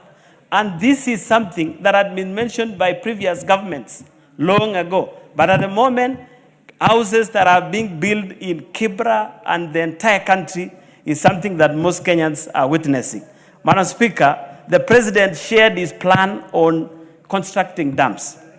Apart from the existing ones that we have witnessed across the country, small and medium dams, the president elaborated to the nation on his plan of constructing major dams to enhance food production and also electrification. I am saying this because there's a difference between just talking for political expediency and giving practicality. We are having dams constructed across the country. Madam Speaker, I cannot even mention much about roadworks because there are serious problems when it comes to pending bills. But this government has managed to pay contractors, and at the moment we are seeing contractors across the country resuming to work. I would also want to urge even our colleagues, if you see that maybe those other sides of the country is far, visit Serena here. You will see that there's serious roadworks that is being done because he has managed to kickstart what had already stalled some time back. Madam Speaker, we have so many programs that the president promised before, and we are seeing that things are going on well. Security of the country, the issue of youth empowerment through Nyota programs, the issue of construction of sports facilities. For the first time, we are seeing one of the mega sports facility called Talanta here. Dr. Undo, if you get time, go there. There are things that are happening in our country that we have not witnessed before. I even saw some other people the other day criticizing this government that we are not doing anything on security. One of them purports to be a presidential candidate, someone who oversaw bodies being dumped in Yala River. But this is the only government that has assured security of its citizens and uphold the Constitution and obey the rule of law and everything. Thank you, Madam Speaker. The Honourable Member for Busia.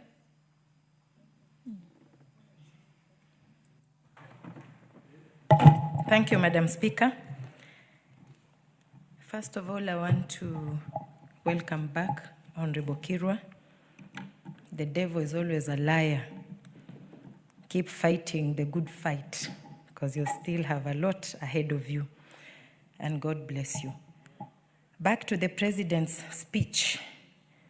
There is this adage that prevails, that out of the hatred of the cockroaches, the ants voted for the insecticide. They all died. I want us to have a vision in the President's vision as leaders. There are things, if we did today, it is not us who are going to benefit.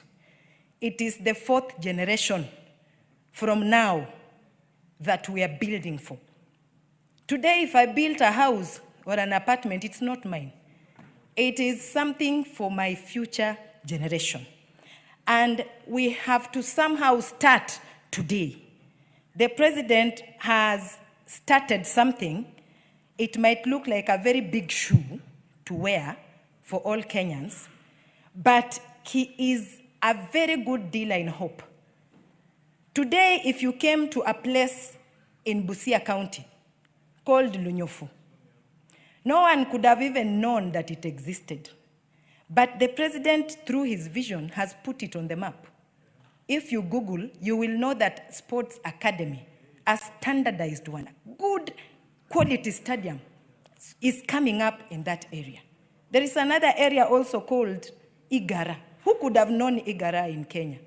Leave alone Kenya, even the whole world. If you Googled it, you'll not even find it. But because he has seen that it is good to go where there is nothing and start something, he has started these big things that are shocking so many people. I am a witness. Groundbreaking was happening while I was there. Such a place where nobody even could have allowed her daughter to get married to. Soon it will be a town. Social amenities will be brought there. It will be attractive. And then with the time, instead of people coming to Nairobi or Kisumu or Mombasa looking for jobs, we will be decongesting the city because there are cities that are built in towns that never could have become anything if we didn't do such things that the president has started. He is actually translating this vision into reality by starting many things in different counties. If we only shared that vision as leaders as well and not poison our people from hating anything that he begins. So I just want to applaud the many things he has begun. There are others that are still coming up gradually, progressively, but there are those that actually have already taken off, and there is no looking back. It is time for Kenya to be a grandfather. We are not in an elementary level of growth like other struggling or teething African countries. So if we are going to be the giants, even in this East Africa and Central and East, whatever region in Africa, we must walk the talk. And a good leader knows what they want for their people. They go ahead and they show the way. And that is what the president is doing. So let us stop a little, pause a little, look, and just imagine what a beautiful baby he's trying to create out of Kenya. Thank you, Madam Speaker. Thank you. The Honorable Didi Nyoro, member for Kiharu. Thank you very much, Honorable Speaker, for this chance. And I want also to welcome my brother, Honorable Abraham Kirwa, back to Parliament. We are glad to see you.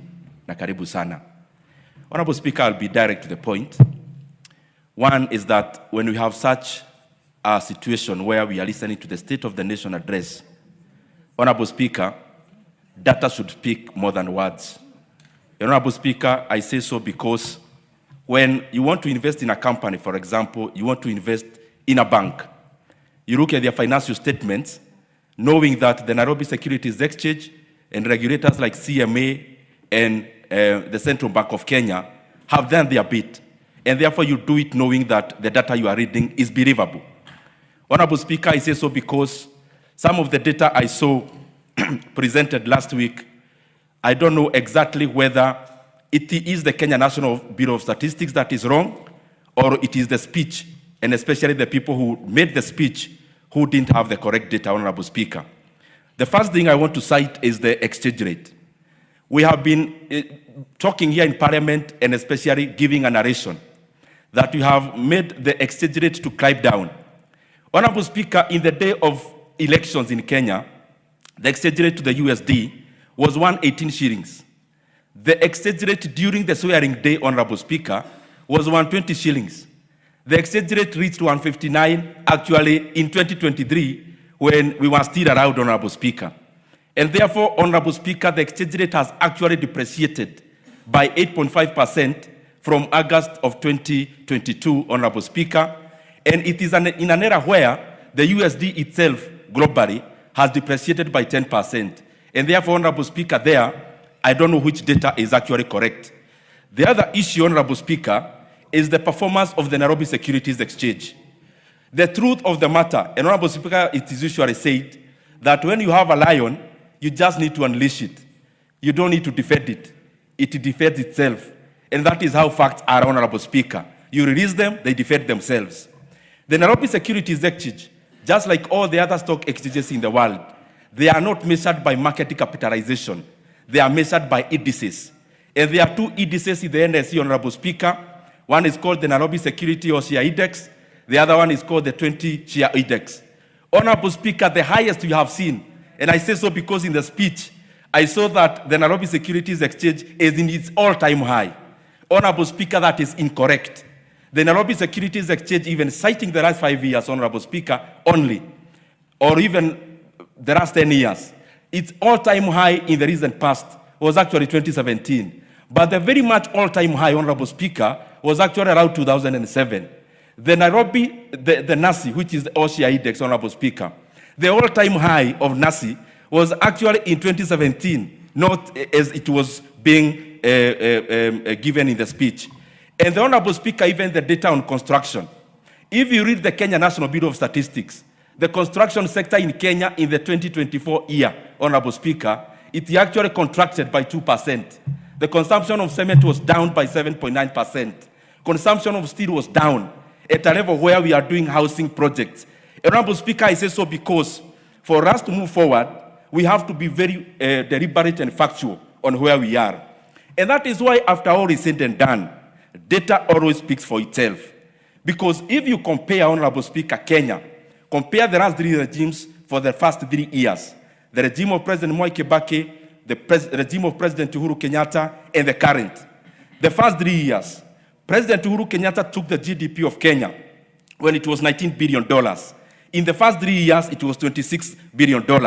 It was up by over, I think, let me actually quote correctly, Honorable Speaker, it was up 36%.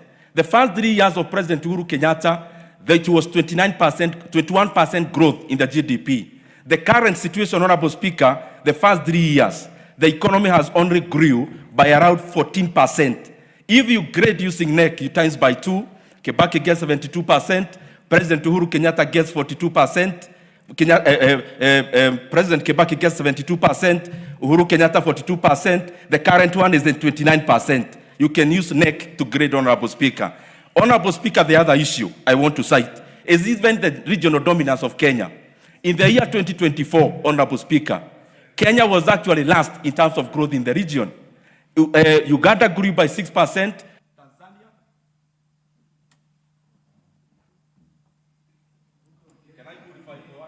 Yes, you can. Yes, proceed. Thank you very much, Honorable Speaker, for addition of that 2 minutes. Honorable Speaker, I was saying, in the year 2024, Uganda grew by 6%, Tanzania by 6.1%, Honorable Speaker.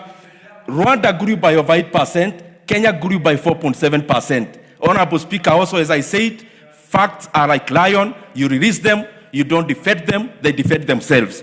Honorable Speaker, as I come to the conclusion, I thought the President would actually talk about, or the speech would include the issue of debt.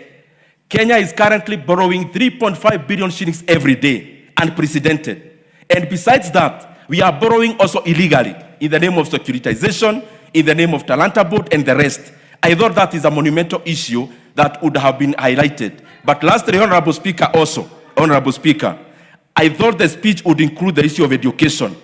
The speech was read in a situation where, Honorable Speaker, our principals have received a circular to increase school fees for day scholars, Honorable Speaker, starting January. And I want to rally the members of this House. We must not sit here when the fees for day secondary school is being increased by government from next year. And Honorable Speaker, very lastly, I didn't hear the issue of confirmation of the JSS interns, who are 20,000 in number. Honorable Speaker, these JSS interns, our brothers and sisters, must be confirmed into permanent and pensionable terms immediately without delay. I submit, Honorable Speaker. What's your point of order, Honorable Mohammed?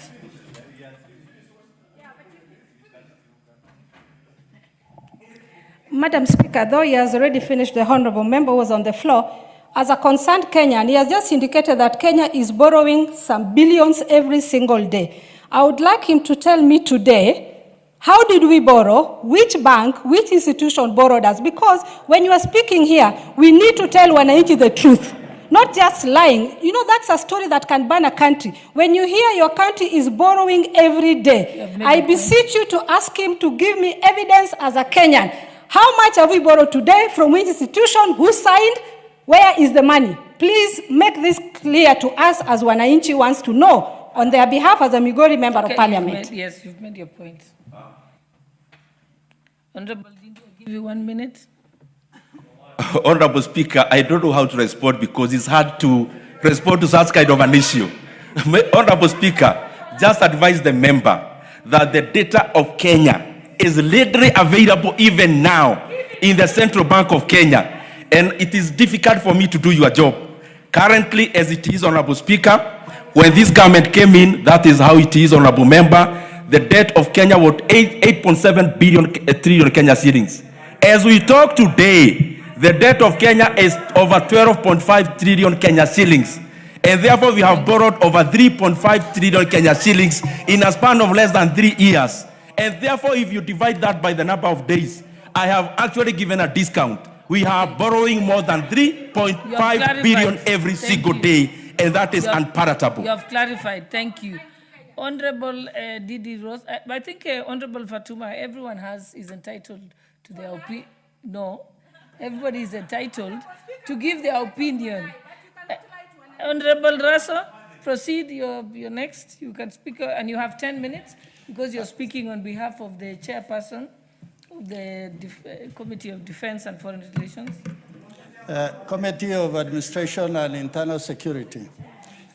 Thank you very much, Madam Speaker. I'm told actually it's the Chair of Administration and Internal Security. Proceed. Thank you very much, Madam Speaker.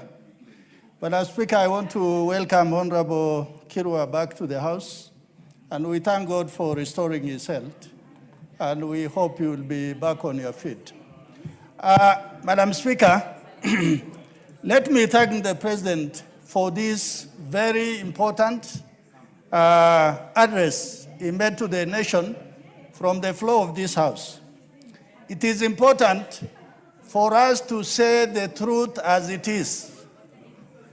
You know, Madam Speaker, leaders rise, and they make their countries rise at the right time. We had Kennedy in America who said, by the end of the decade, a man must be on the moon. Then we had Mao Zedong, who removed his country, China, from a peasant economy to a thriving economy. We had Lee Kuan from Singapore, a man who raised his country from a very rudimentary country in terms of the economy to today a first world country. Madam Speaker, Clinton, when he became the president in 1990s, he said the economy is stupid, and he transformed the American economy. So when we try to compare ourselves, borrowing from what Honorable Dindi Nyoro said, of comparing ourselves to the growth of the Ugandan economy or the other East African economy, our economies are much bigger, and the growth has to be relative to what is the size. And that is why our economy cannot grow at 7, 8, 9, 10%. If really it can grow at 5%, and it still meets its strategic objective. Madam Speaker, let me talk about a few things the President talked about. The first one is about national security. Today, as Kenyans, we must appreciate this government that today that the guns are silent in the arid and semi-arid lands of the 6 counties of North Rift, you will find that there is no fighting. In Turkana, in West Pokot, in Baringo, in Marakwet, in Samburu, in Isiolo, in Marsabit. This shows the security investment by this government by improving the governance architecture of having DCCs, ACCs, by having more police stations, having more boots on the ground.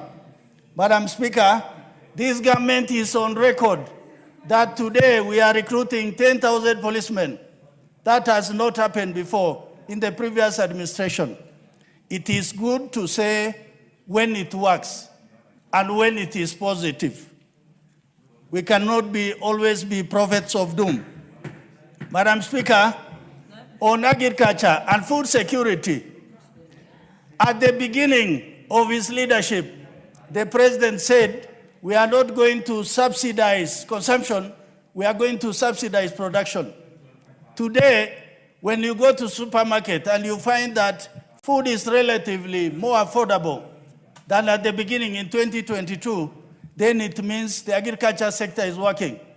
Furthermore, when the president says that he's going to build dams in arid and semi-arid land, in Wajir, in Mandera, in Marsabit, in Garissa, in Tana River, because 80% of Kenya is arid and semi-arid land. These are the places where we are likely to have more land and expand land for agriculture. Madam Speaker, on the issue of infrastructure, you know, the reason why infrastructure is more important is for predictability in terms of traveling.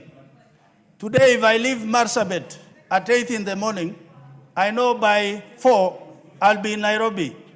That is how infrastructure is so important. Today we talk about the airport in Ethiopia, Addis Ababa. Then here we are saying we don't want to expand our airport at Jomo Kenyatta just because of busybodies saying the government is going to lose jobs and many other things. But what we are saying with this president, that he must be courageous enough to take the bull by the horns. By expanding Jomo Kenyatta Airport, we are the hub of this region. How comes that we are losing business to other countries in the region, much smaller than us? Madam Speaker, what is so important in infrastructure is to have national infrastructure bond. As opposed to expanding the tax bracket, more taxation to Kenyans, if we have a fund that is going to be self-regenerating, then it means we'll be able to construct as many roads as we can without resorting to Kenyans dipping more into their pockets. Madam Speaker, what this country needs is a change in the strategic culture. We must begin to have confidence in our leadership. If they are bold, if they give direction, if our leaders are able to make deliberate choices that is of benefit to the country, then we must support those leaders. Madam Speaker, the issue of investment in the human capital. We have the TVET, the Nyota program, and many other programs that is supposed to help the youth to be on their feet and eventually to be able to walk.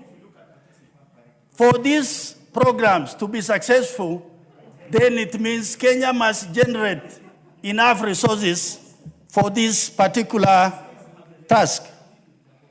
Madam Speaker, the other important issue which I must talk about is the issue of energy. You know, energy is the anchor for industrialization, is the anchor for development. Honorable Kainan there talked about the issue of Wajir. But Wajir is not the only towns in northern Kenya that are dependent fully on generators. If we must develop the north, then we must begin to focus on energy. And what the president should actually do is even to look at the possibility of nuclear power so that Kenya must industrialize without necessarily depending on its neighbors who are also able to sell power from their hydroelectric dams to us. Madam Speaker, I want to finish, and I want to say again about national security. If we walk around this country today, and what we experienced a few years ago, Kenya is relatively more safe. And this is the investment that this government has done on the security infrastructure and also the architecture. In terms of employing people like the Kenya Police Reserve, complementary forces that augment the forces that are there, because we do not have enough police officers or enough police stations to cover those gaps. As people from the ASAL or the pastoralists, we want to encourage more of the locals to be employed in KPR. There are also issues like mobility, force protection for our National Police Service and our security forces to be able to engage in difficult situations without being in harm's way. With those many remarks, Madam Speaker, I beg to support this report. Thank you. Thank you. The Honorable Gusia. Thank you, Madam Speaker, for giving this opportunity to add my voice to And this. remember, you have 5 minutes. Yes, and it is coming at a time when the President just visited our county and our region, the Lower Eastern. And before onset, I would like to take this opportunity to thank him more especially for visiting my constituency and becoming the first ever president actually to visit for presidential visit on matters of development. Congratulations, William Ruto, for what you did to people of Mwingi West. A start project that was actually promised by the first President of the Republic of Kenya, 1976. Now it has become a reality. And Mwingi West people will never forget that. Madam Speaker, the President started by reminding us how far we have come since 62 years ago when we achieved the independence. And he reminded us we really struggled and sacrificed a lot. And right now, we are witnessing tremendous development in our country, relatively compared to our region. And it was very categorical that it can be done. The tigers of Asia, the South Korea, Singapore, Hong Kong, and Malaysia, the way they have come from far. While we can actually look at the national debt, when I remember the deputy president, when he was all over seeing he found an empty coffers. But president went ahead and rectified everything, and congratulations to him, because we never devoted debt before. And the issue of inflation, I remember it was the chorus, and he found us in a very horrible situation when the prices of the commodities had already risen, and congratulations for that resilience. We have seen it, Madam Speaker. I would like to echo the sentiments Majority Leader Kimani Ichung'wah, who really traversed with us through Kabani region. And I can tell you for free, there are 4 key projects that the community has been crying for since independence. It is a reality. These roads we are talking about, it's happening now. And coming from this region, I can confirm without fear, the president has delivered in terms of road infrastructure. Recall when he counted the number of roads he is going to drill in this country, adding the kilometers to 28,000. And this one will take us to almost the first world. So we need really to be positive as matters of development are concerned, Madam Speaker. Madam Speaker, the issue of GDP, Kenya was ranked 8th. Now we are 6th in Africa. That is a big plus. We have improved from position 8th to position 6th. And that is something that should be recognized. And we need to keep on moving up and consider now comparing ourselves with the tigers of Asia instead of comparing ourselves with the African brothers and sisters, Madam Speaker. The issue of foreign direct investment, we noted it rose from 60 billion to 195 billion, Madam Speaker, and that is a positive territory because attracting foreign direct investment is going to create employment to our youth, and it has a positive impact on it. The foreign reserves have surpassed $12 billion in our country, and since independence, it has never reached that level. So that is a positive plus, Madam Speaker. Madam Speaker, I note the issue of agriculture. The productivity has increased because of the subsidized fertilizer the president stretched, and this way is going to cure the issues of food insecurity. But I would like to emphasize on the issue of water.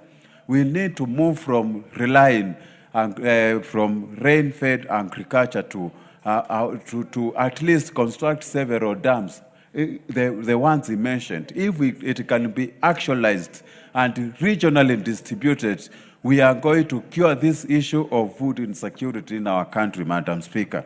The issue, of course, which, Madam Speaker, I want to stretch is the housing. We have seen markets coming up, and all the constituencies are experiencing construction of ESP markets, and we are giving our traders places where they can trade with dignity. And this is laudable, Madam Speaker. Madam Speaker, with those few remarks, I would like to say thank you so much, and let us be positive. Things are happening in our country. Let us be positive and fix where we can. This is our country. This is our country, and we are the only ones who are going to build. The Honourable Member for Keses, CPA Ruto.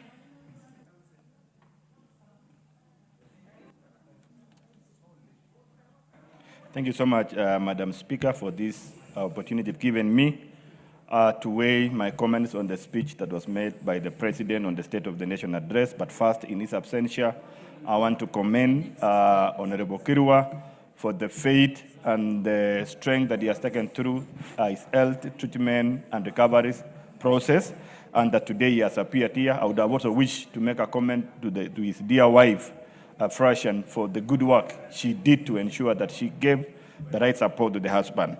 Madam Speaker, also allow me quickly to pay a tribute and message of condolence to the family of Jaramogi Oginga Odinga, that as we say in our culture, that thunder doesn't strike twice. However, to the family, today we received the sad news of the death of the sister to the late Right Honorable Raila Amolo Odinga, Perry Laching, and it is so unfortunate, and I want to take this moment on my own behalf and the behalf of Keses to pay tribute. Madam Speaker, I want quickly to make a few observations on the speech made by the President. Number one, Mr. Speaker, if you listen keenly on how the President stood in the body of Mia and spoke to Kenyans through this National Assembly, it is a message of hope. It is a message of surety. It is a message of guiding Kenyans from where they were, the difficulties Kenya has gone through, to a better promise, to a better promised land, like the way God promised the children of Israel, that they will go to the land of Canaan, land full of milk and honey. However, it was a long journey, full of difficulties and challenges and hunger. This is where the country Kenya has been for all decades since we attained independence, we've had a lot of focus from the first president where he spoke about fighting diseases, anger, and poverty, and of course, access to education. Second president came in the same way. Third president, the late Mwai Kibaki, spoke on the economic transformation, and he initiated the discussion about transforming our economic agenda and development of the nation. That is where the beginning of growth of debt in this republic, in equivalent level of the infrastructure growth that we saw. President Uhuru Kenyatta came in on the 4 pillars, the agendas on affordable housing, on the issue of food security, on the issue of universal health coverage, on the issue of housing. All those, he spoke about them, but we never saw the results. Today, as we speak, the current 5th president of the Republic of Kenya is not only speaking about these agendas, but he can demonstrate through his speech that things that are physical, you can appreciate that are happening in the nation. Every part of the country, you will see visible the issues that I spoke about, issues to do with housing, issues to do with market studies, linking production to the market and increasing the value chain, creating business, creating opportunity for earnings. You can speak about sports. You can speak about now infrastructure, which is the critical element of development and growth in our economy. Because where we are going as a nation is to grow from production now to manufacturing. Madam Speaker, listening to my senior colleagues who have spoken here, casting aspersion and sending negativity on the statement of the president on the ground of the difficulty of our economic situation. Madam Speaker, I would have wished I had an opportunity when my senior was making statement here, Honorable Ndindi Nyoro. And he has categorically elaborated and reflected or compare the situation in our Kenyan market with the other first world countries, which I appreciate. We may not have gone that direction at the moment, but we are going there. However, I would have wished him to clarify that the 3 preceding budgets that he saw here as the chairman, budget and appropriation, and as we know very well, that the budgets of the country are prepared very well on or basing or on the background of the economic condition of the nation. I would have wished to know that those budgets that were prepared basing on those situations, and right now that is able to reflect on his understanding the challenges on those markets. Madam Speaker, or Mr. Speaker, kumbe there is a change of the Speaker. I would have wished now for him to compare and speak to Kenyans that those budgets were prepared on a stable economic situation, on a stable market, or prepared on a changing or without hope, so that Kenyans are able to put trust on the reports that are being prosecuted and presented to this House, that the budgets that were made are truthful and the budgets that were able to be measured, to be achieved, so that Kenyans are able to appreciate works that are being done in this House. Thank you so much, Madam Speaker, and I want to say that we want to support the President and ensure that the President moves forward with stopping rejectionist and being full of negativity. This country, Kenya, has to move forward, but we must pay a price of sacrifice so that we move forward. Thank you so much, Mr. Speaker. Point of order, but he has already concluded. He mentioned something about my... No, you can only do it when he's still on his feet, yeah. Sorry. Gikaria, Honorable Gikaria. Honorable Gikaria. I'm here, Honorable Speaker. Proceed. Thank you, Honorable Speaker, for giving me this opportunity to give my comments on the State of the Nation address that was given by His Excellency the President. Honorable Speaker, I want to start by saying that the address that was given by the President was factual. Honorable Speaker, in the very first paragraph, he says, 2 years ago, Honorable Speaker, when I delivered my first State of the Nation address, I had a vision to sell. And he said, today, I have a vision to tell. Honorable Speaker, how true this statement could be is elaborated, Honorable Speaker, by the so many paragraphs that in his speech that has reflected what he has to sell by saying factual, figurative, and even naming institutions, Honorable Speaker, that have spoken and have given figures. Honorable Speaker, the best thing about the President is that he does not only speak out of a blue, but he speaks from factual figures that he has gotten from different institutions, the Kenya Bureau of Statistics, and naming other institutions, not only even including international institutions, Honorable Speaker, that rates or give standing or gives. Honorable Speaker, we have been requested here by an honorable member to rate the current president vis-a-vis other presidents who have who had come before him. Honorable Speaker, we keep on reminding people that him at 27%, at 29% purported, as you are being told, Honorable Speaker, and with only 3 years of being in office, actually 2 years in office, then the actual rating could have come if he has finished the 10 years like the other two predecessors who have been indicated, Honorable Speaker. So again, it is not fair for you to compare somebody who has been in office for 2 years with somebody who has been in office for 10 years, and then you want us to believe that what you're saying is the factual truth.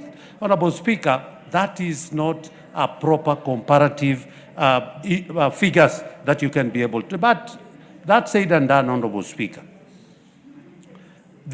what Majority Leader had indicated earlier, Honorable Speaker, the falsehood and misinformation that is out there is something that is actually creeping into the Kenyans' mind by them believing falsehood that has been given, Honorable Speaker. And it's very unfortunate. Honorable Speaker, just over the weekend, when I was disbursing some bursaries forms for us to be able to be ready for the payment of bursaries for coming year, one of the people, when I asked whether SHA is working, several women raised their hand and said it's not working.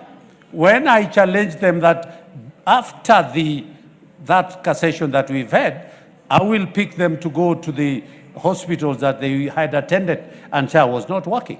But to my disbelief, Honorable Speaker, all the 4 women were nowhere to be seen because they were lying. And that is what is happening in this country. Honorable Speaker, it's very unfortunate.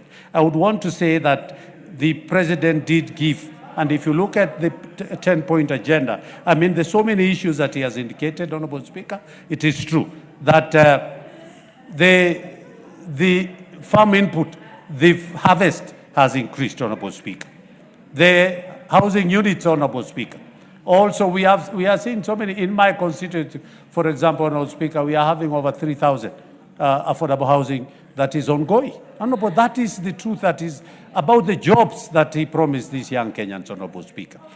It is, and the SHA increase of registration, Honorable. All these are factual information, and the President has indicated by figures and the institutions that are rating. And Honorable Speaker, we just need to be focused as a country.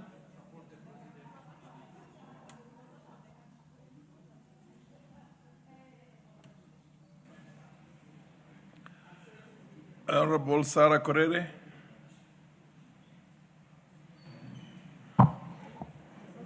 Thank you, Speaker. Speaker, I also want to add my voice to the Presidential State of the Nation Address. And Honorable Speaker, among the many things that we really expected to hear from this speech was the development of infrastructure in the ASAL counties. And Speaker, as a figure father, the President can only sell hope and faith to Kenyans. And Honorable Speaker, promises have been given not just now, since the beginning of the world. You know, God promised Abraham and Sarah that they will be the mothers of nations, that he will give them a lot of children, but they got one child, and the promise was fulfilled.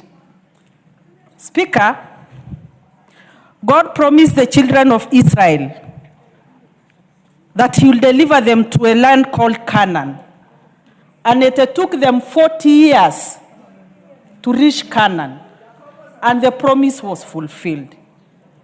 When promises are given, the next phase of promises is to wait for the promise. And Speaker, when the President spoke about subsidies, it is true.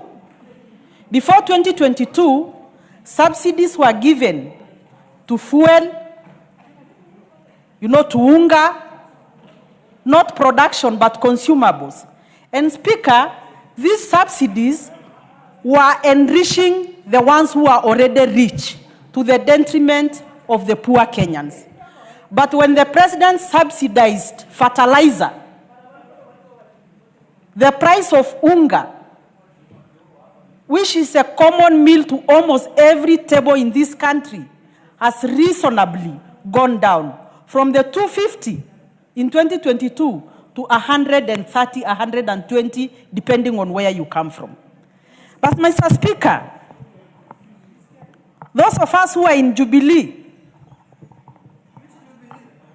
the Jubilee Coalition and the Jubilee Party last parliament, we know the manifesto of Jubilee Party. One, it was the issue of affordable housing, which we never did. Number two, it was the issue of universal health coverage, which we never did. Because every time you want to do something, you fear the repercussions. But for this president, he dared take the bulls by the horns. But having said that, Mr. Speaker, I was a little taken aback by this speech, because I expected the president to mention, at least among the roads he mentioned, the Doldol Nanyuki Road, which has become an elephant in the room. If you come to Laikipia County, Mr. Speaker, all tarmac starts and end where Laikipia North begins. And Mr. Speaker, we are very hopeful that for the time of this president, the Doldol Nanyuki tarmac will happen. And Mr. Speaker, when we talk of the price of unga, it is true the price of unga has come down. But if you go to buy unga in Doldol today, you will buy it for the 250 or even 260. Why? It is because of the cost of transportation. The pathetic state of that road is making all the prices go up. Secondly, Mr. Speaker, the issue of security.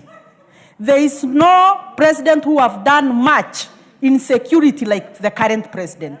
But again, Mr. Speaker, I want to urge the president that even as we recruit the police officers, we have those people who are called the National Police Reservists. Those National Police Reservists are actually sorting out the security situation in our counties more than any police officer can do.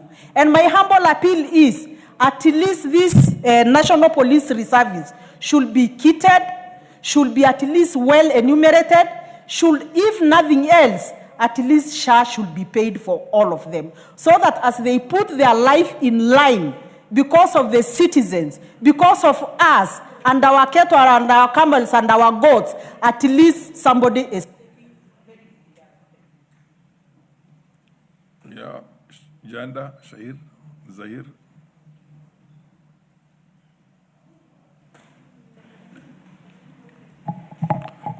Thank you, Honorable Speaker. I would like to support the President's speech. Honorable Speaker, the President's State of the Nation address speech was precise, measured, and deeply reassuring. He spoke with firm clarity on our national progress and set a confident, unifying tone for the path ahead for the country. A statement's message, very well balanced, articulate, visionary, and anchored in service to the people. Honorable Speaker, I am a very proud member of Parliament today because this government, after very many years, is doing a tarmac project of about 50 kilometers in my constituency, Nyaribari Chache. Honorable Speaker, one of the phenomenal projects that has happened in this government is the affordable housing project. Honorable Speaker, after many years of failed leadership and broken promises, the President has boldly revolutionized the housing sector, turning dreams into keys in the hands of our people. Through visionary policies, innovative solutions, institutional reforms, he has sparked a robust economic growth, created job opportunities, and proven to us that true leadership is not just about building houses, but a stronger and a prosperous nation for all of us in the Republic. Against all odds, Honorable Speaker, the President has defied expectations with unwavering resolve, firm discipline, and commitment to make Kenya an equal among the global nations and not a third world country, but a first world country. And that is where we are, and we're in full support of His Excellency, the President. Honorable Speaker, where many doubted, the President delivered, reviving hope, driving development, and uniting the country under the broad-based government. Honorable Speaker, the President's momentum, energy, his drive, and the synergy, and the programs and commitment to change is no longer in question. It is now the engine of Kenya's renewed hope and progress. Honorable Speaker, I want to disagree with my brother and my colleague, the Honorable Ndindi Nyoro, who just spoke right now. And the Honorable Ndindi Nyoro is talking about the government borrowing 3.5 billion shillings every single day. Honorable Speaker, I want to ask the Honorable Ndindi Nyoro, my colleague who is seated next to me here, to table and prove to this House and to the country how this money is being borrowed. That is a flat lie, and I want him to prove to us what he just said. Thank you, Honorable Speaker. Honorable Janda, lie is not is a parliamentary language. You say misleading if you want to do that. Under the circumstances, you have to withdraw that. The word lie. You cannot say a honorable member of parliament. I am sorry, Honorable Speaker. I want to withdraw the word lie and replace it with a misleading information to the country. And that is not right. So Honorable Ndindi Nyoro is misleading this House, is misleading this country with... Order. You have not apologized. You apologize and withdraw the word lie that you have used, imputed against an honorable member. Honorable Speaker, I want to apologize and withdraw that. Oh, thank you, Honorable Speaker. Thank you. Okay. The Honorable Adagala. Madam Adagala, followed by the MP for Garissa Township. Thank you, Mr. Speaker, for giving me this opportunity to also speak on the head of state speech in this House, Mr. Speaker, sir. I want to support that speech, my Speaker, keeping in mind that most of my colleagues have spoken about it, and I also want to speak on it, Mr. Speaker. The head of state actually stressed on so many things that he has put in place as per his manifesto to the Kenyans. And most of the things promised, Mr. Speaker, are being done here and there. If you can look at when he took over the office, the shilling compared to the dollar was extremely very high. But Mr. Speaker, within a short period, the shilling has stabilized and we can see great things coming up. And I'm very sure very soon things are going to stabilize and the shilling and our economy is going to grow in the highest way that is supposed to grow. Mr. Speaker, when it comes to housing development, I think this is one of the best that has the current government under His Excellency William Samoei Ruto has done, keeping in mind that every Kenyan deserves to live in a dignified manner. Every Kenyan needs to have a decent home, a decent housing, not with the flying toilets and other things that are best known. Mr. Speaker, I can commend him on this, because the other government also had, the other Jubilee government had the same housing in their manifesto, which never happened. But I want to thank the President through his statement, and even we can see from the ground, nearly every county housing program is going on. Mr. Speaker, when it comes to roads, I've seen my people complaining, especially Western region, they're complaining roads are not there, but I think in the next speech, I want to ask and I want to ensure that our roads also are anchored into the next program, so that we have most of our roads tarmacked like other areas. My colleague here was talking about Honorable Ndindi. Ndindi here is a very good young man. I can see he's doing a lot in his area. I'm talking on size of roads because I envy his area. When I think he was in the chairman of budget, he put a lot of money on roads towards that side. The next speech that will come here, Mr. Speaker, I think it will now be roads from other areas like my area, which needs to be roads needs to be tarmacked so much. But I want to say that this is the best message the President brought into this House, because things are being stabilized here and there. And Mr. Speaker, if we can go by that, this is just half, almost a quarter or 3/4 of his regime. I'm very sure in the next I heard people screaming here 2-term, and I think in the next 2-term, things will be okay. The country will have stabilized in everything, and we will be good to go. Mr. Speaker, I think this should be encouraged, because once things stabilize, like I'm happy with the fertilizer. You know, us in our area side of our place, we like eating ugali, and I want to say that the fertilizer reduced from the last regime from 7,000 to 2,500, which is a plus. And also will encourage, as we are coming to the new year, I'll encourage also, he may look at the seeds also, the prices to come down, but the farmers also who are planting the maize and so forth, also to have good prices. Therefore, Mr. Speaker, to me, this speech was very well calculated. It is a very good one.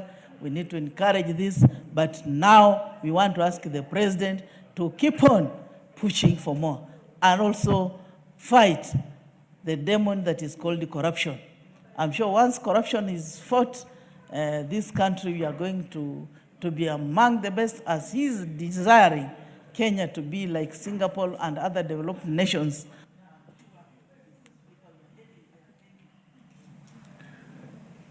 Yes, the Honorable MP for Garissa Township. Thank you, followed by the Honorable Rosa Buyu, and then followed by the Engineer Kiragu.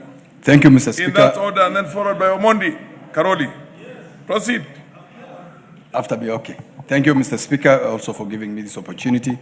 Let me take this opportunity also to congratulate the President in his State of the Nation address last week on Thursday. Mr. Speaker, the President in his opening speech was that 2 years ago I made a statement here on the vision he has for this country. And he had outlined at that time the vision he had for this country. And on that also, the manifesto he presented to the Kenyan people during the last general election. Mr. Speaker, the President, the promises he made during the campaigns for 2022 elections and the statement that he made in 2023 during the State of the Nation address were in line with his vision he had for this country. What we need to ask ourselves as a country Is the president following the promises he made? Is he implementing those programs that he promised as a country? And one of the things that we should be asking, is he following the manifesto that he had during the campaign period? Those who are keenly following those promises that he made. And again, as a country, we must be patient with the promises that are made. You do not expect miracles to happen in a country that had faced so many challenges. 60 years of neglect as a country, poor leadership. It cannot be changed by an individual within 3 years of leadership. The president has given us hope, and we must follow through that hope that he has given. Did the president promise food security in terms of subsidizing production against consumption? It is very clear in the last general election, before the general election of 2022, during the subsidy of UNGA, people were given certificates to go and source, tenders and to go and source for maize as a subsidy. And people were making a kill out of that. And at the end of the 2022 election, the country had a debt of 6 billion owing to those who were given subsidy to the millers. Did that improve? The fact that he gave subsidy to production, food production in terms of fertilizer, did it improve the food prices of this country? That is a fact, and it has happened. Did the president promise affordable housing? Did he promise during the election of 2022 in his manifesto? Yes. Did he promise during the first State of the Nation address? Yes. Is it happening? Yes, it is happening. And that can be confirmed. Did he promise markets? Yes. Are they happening? Are they under construction? They are happening. Did the president promise Hustler Fund? Today, hustlers have borrowed 80 billion Kenya shillings, and there is a saving of 5 billion shillings out of that 80 billion borrowed. And we have 76% payment by those who borrowed. Did the president promise stabilization of the fuel prices? Yes. Did it happen? It happened. During Uhuru's time, fuel subsidy was done, almost 40 shillings a liter to the fuel OMCs, those who are supplying fuel to the country. During that period, did we face challenges in terms of accessing fuel in this country? Yes. Did it stabilize now? Do we have enough flow of fuel, the availability of this fuel? Yes. Did we pay, during that time, at the end of the 2022, after the election, oil dealers owed this government 70 billion Kenya shillings, and it was paid by William Ruto after he came to office. This country today, Mr. Speaker, every international organization is trooping into this country. WTO has opened. UN offices have been opened, relocating from New York and Geneva. Why is it happening? It's because of the stabilized country, politics, good politics, the democratic ideals of this country. Did the president promise teachers? 76,000 teachers were recruited during the last 2 periods. Almost a third of the country's teaching fraternity for the last 60 years. So, Mr. Speaker, as I support this agenda of the president, Kenyans must be patient with the president. We do not expect magic to happen so that...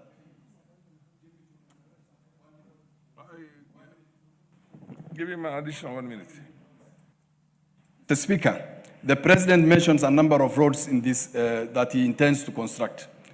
I want to do some asks from the president as the people of Northern Kenya and as a representative of people from Northern Kenya. Isiolo to Mandera Road is under construction that was started by this president, but the pace is going very slow. We want him to finish those roads between now and 2027. Garissa, Dadaab, and Liboi Road, a very key road that the president promised us, not yet started. We want him to look into that. Wajir Moyale Road, a very key road connecting us to Ethiopia to improve our economic activity of our nation.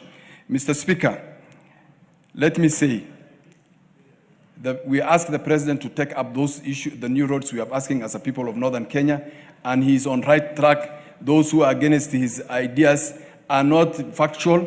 They just want to make it difficult for him to run this country. Thank you, Mr. Speaker. The Honorable Rosabiu, I thought I mentioned in that order. Proceed. Mr. Speaker, I want to take this opportunity to thank you for giving me a chance to speak. And before I say anything, I just want to say that I've had a very long month.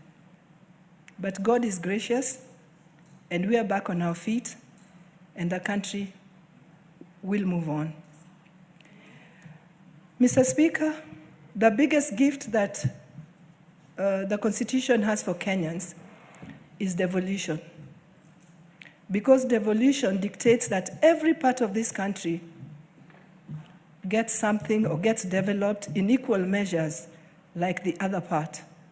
For a long time, Mr. Speaker, we've had issues with development being skewed, and many Kenyans have cried foul that they don't get any return of their hard work and of the taxes that they pay. And that was supposed to be cured by devolution.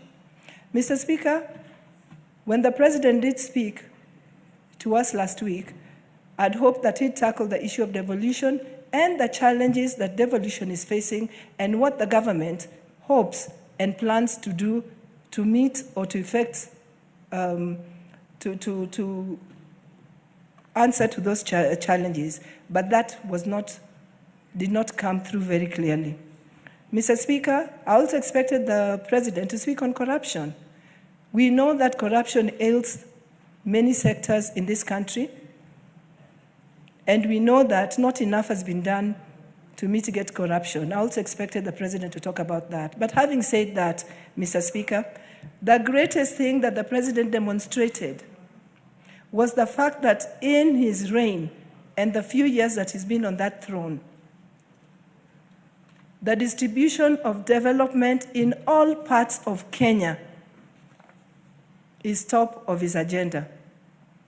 Mr. Speaker, for a long, long time, Nyanza was left undeveloped because of the saying, and I dare say it in Kiswahili, siasa mbaya, maisha mbaya. Mr. Speaker, because we chose to do politics in a certain way, Nyanza was always left behind when it came to development. But I want to look at two aspects where the President has really performed well and where he demonstrated in his address. The two aspects are in infrastructure, in terms of roads and housing. And when I talk about Nyanza, we've seen tremendous improvement on roads. Mr. Speaker, in Kisumu, we've had the Chemelil, Miwani, Moroni Road, which has been lying like a dead elephant for a long time. But I'm happy to say that in his government, we now have that road almost complete. Mr. Speaker, we talk about SGR.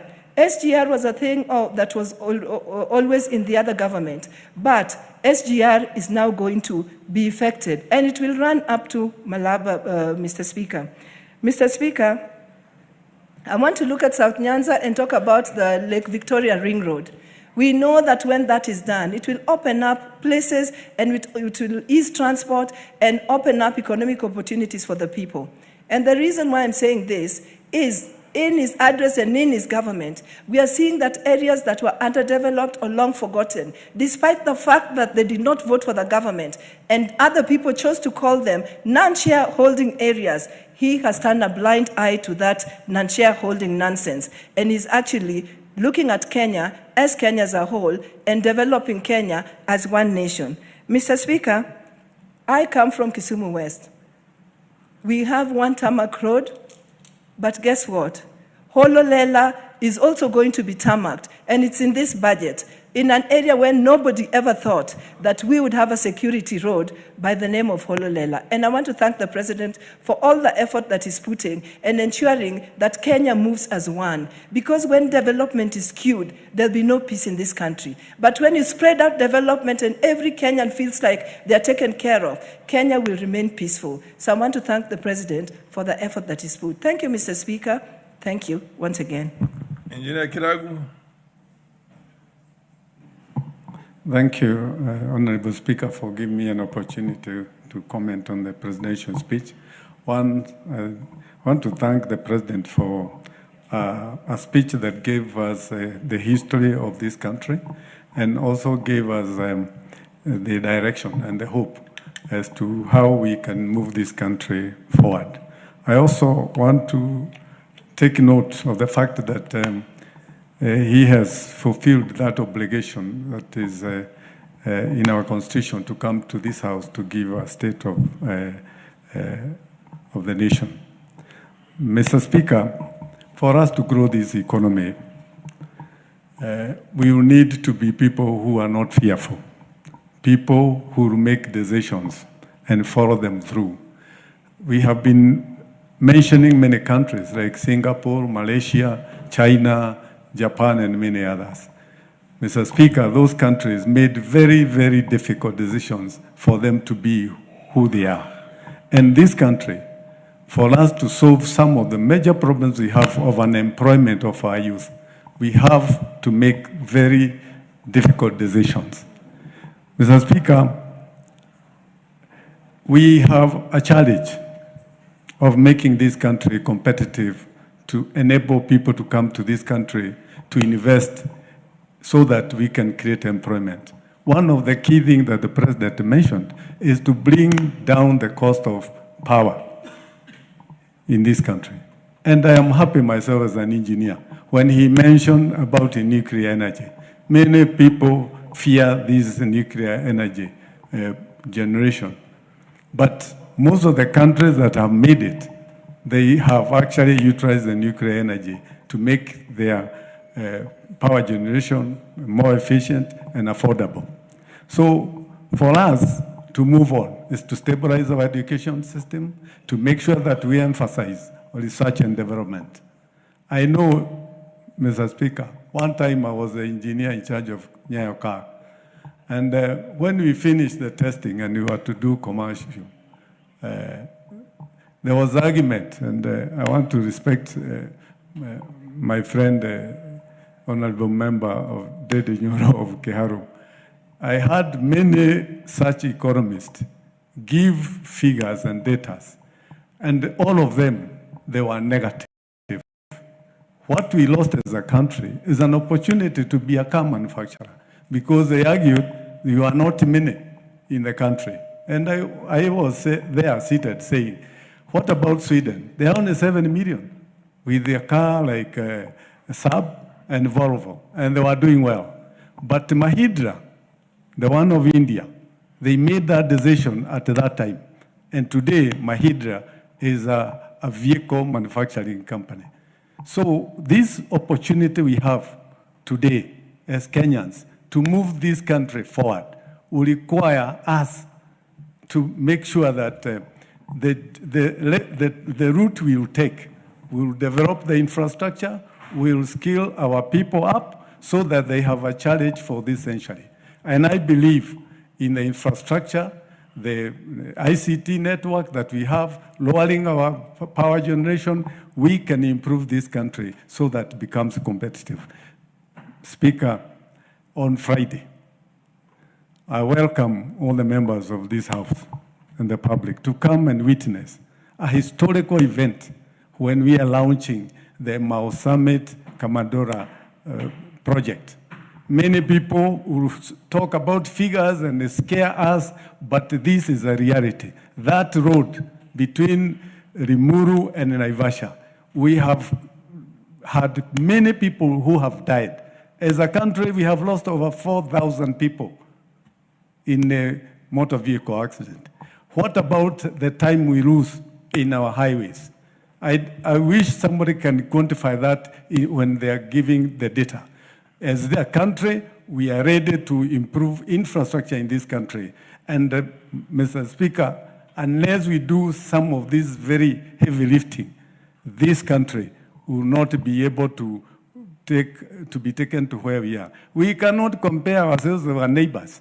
I wish somebody could say, what is the debt GDP ratio of Sudan, Uganda, and our neighboring country? And also tell us, in US, what is the debt? Give him a minute more. Conclude, Engineer Kiragu. So that when we are talking about this debt ratio, we also factor the others that we know, and to see whether this country is way off or is also in the same region with the others who want to go like we want to do. But I believe this house, this time, we cannot talk about the past. We have an opportunity ourselves to guide this country to move ahead. Thank you. Amondi Karoli, I thought was next in that order. Thank you very much, Honorable Speaker, for this opportunity. Let me begin by conveying my condolences to the Jaramogi family on the loss of Beryl Achieng Odinga, one of the late Right Honorable Prime Minister Raila Odinga's sisters. She was a very gentle lady, very calm, and we are very sorry for losing her, especially soon after we lost our dear departed Prime Minister. So our condolences to the Jaramogi family. We wish them all the strength to endure this loss. Honorable Speaker, I'm very happy that the President gave a very eloquent speech in this House. And if you saw the enthusiasm with which he delivered it, and even the way it was drafted and the comparisons it gave, it was a great speech, no doubt. And I think it really painted his vision for the country and what he thought we should do to achieve that vision. But I'm very sorry, I think it was rather misplaced in the context of a State of the Nation address. And I'm saying that as a lawyer and somebody who was a good civics student, and also out of a desire that when we debate some issues here, we should project the correct position under our Constitution to Kenyans, and especially those who are still in school who could be looking at us. If you look at Article 132 of our Constitution, the State of the Nation address should capture three issues. One, measures taken and progress achieved in the realization of national values and principles under Article 10 of our Constitution. And the President gave us a report, which is 667 pages on that particular matter. The second item that the State of the Nation address should cover is progress made in fulfilling the international obligations of the Republic of Kenya. Again, the President submitted a report of 659 pages on that particular item. And the last one is the state of national security, where he presented 116 pages report.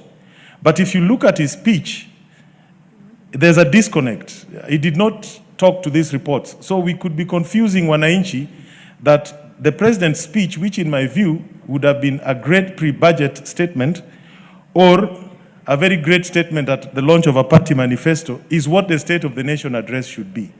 And I'm saying this because the question we should ask ourselves, why a State of the Nation address and why Article 10 of the Constitution? There's a reason. Because the framers of our Constitution believed great nations, progressive nations, and stable nations are founded on national values and strong institutions. And those are the two areas that the State of the Nation address should be talking to us every year about, so that we can list those values. And of course, they're in this report. But if you listen to the President's speech and you're just an ordinary person, you'd think the State of the Nation address is about roads, is about hospitals, is about this. Those are elements of a very narrow concept of the national values, which may be inclusivity or respect of human rights. But we have issues of devolution, and devolution, we've had it for now about a decade and a few years. Has it worked? What are the challenges? What are we doing to make devolution work for the people? These are the kind of things that I'd expected we would talk about. Public participation is a national value. We still don't have a public participation law. What are we doing to have a public participation law? Human rights. We have issues to do with compensation to victims of police brutality, riot victims. What are we doing about this? These are the kind of things. Integrity issues, which some members have articulated here. What have we done to fight corruption? How many people have been prosecuted successfully? What has been recovered? These are the kind of things. The Chapter 15 constitutions and the independent offices, have we strengthened them? Have we weakened them? Have we given them budgets? Are we teaching nationhood science, our national values in our schools? In terms of international obligations, have we fulfilled our obligations under customary international law, under treaties that we are parties, under state organizations, international organizations to which we are members? These are the kind of things that this House should be debating. So we are confusing wananchi when we are talking so strongly about roads, railways, but those are not the contents of a State of the Nation address. State of the Nation address has been defined under Article 132 of our Constitution. And as great as a speech that was delivered here, which cumulatively is about 1,500 pages, surely we should... You want to give him an additional 1 minute. Proceed, and you can take a minute if you... Thank you, Honorable Speaker. The reason why I'm saying this is that if we truly aspire to make Kenya a great country, like Singapore did, it is based on values. It is based on strong institutions. Look at the book of Lee Kuan Yew. Lee Kuan Yew said two major statements. One, if you want to compete globally, then you must adopt global standards. Number two, when he was asked the question which we always ask, why did Singapore make it and Kenya didn't make it? He said, in Singapore, they let me live. In Kenya, they killed my friend Tom Mboya. It's about institutions, it's about leadership, it's about values. And the State of the Nation address is supposed to keep reinforcing and re-emphasizing those issues every year before this House and to the public, so that as a nation we can all draw together behind one vision. We don't even have a successor of Vision 2030. A partisan political party manifesto like what we have, the UDA manifesto, cannot be expected to deliver the kind of transformation we want. A true transformation will come out of a joint economic platform built by all parties and the entire country. And that is what the State of the Nation should be about. Thank you, Honorable Speaker. Honorable Naomi Wako, followed by Honorable Waluke, and followed by the Honorable MP for the Dagoretti South. Am I right? And thank you. Then to be able to temper it also in terms of gender, the Honorable MP for Narok North. I'll come to you. I'll come to you all. Thank you, Honorable Speaker, for giving me this opportunity to also add my contribution to the current debate on the presidential address of 20th November 2025. Honorable Speaker, as a country, this speech has helped us to see a growing country, to see a country that is rebuilding its economy, to see a country that is being unified, to see a country that the leader, who is His Excellency the President, is working very hard to move from third world to the first world. Honorable Speaker, that cannot come easily. We have to all work very hard, and especially the elected leaders, together with our great people of this nation. We must work together so that we realize that big dream of transforming the entire nation. Honorable Speaker, when this government came into power 2022, we found ourselves in a big challenge because of the damage that COVID-19 brought. People's economy and businesses has crashed. Many people have suffered because of the challenges we went through during COVID. The country has gone through a big challenge because we were not growing in terms of economical empowerment, and because our businesses has come down. But Honorable Speaker, immediately we came into power, our president focused on different areas, on health, housing, infrastructure, and education. As a result of that, this government has enabled 73,000 teachers to be employed. And under that employment, every part of this country has benefited.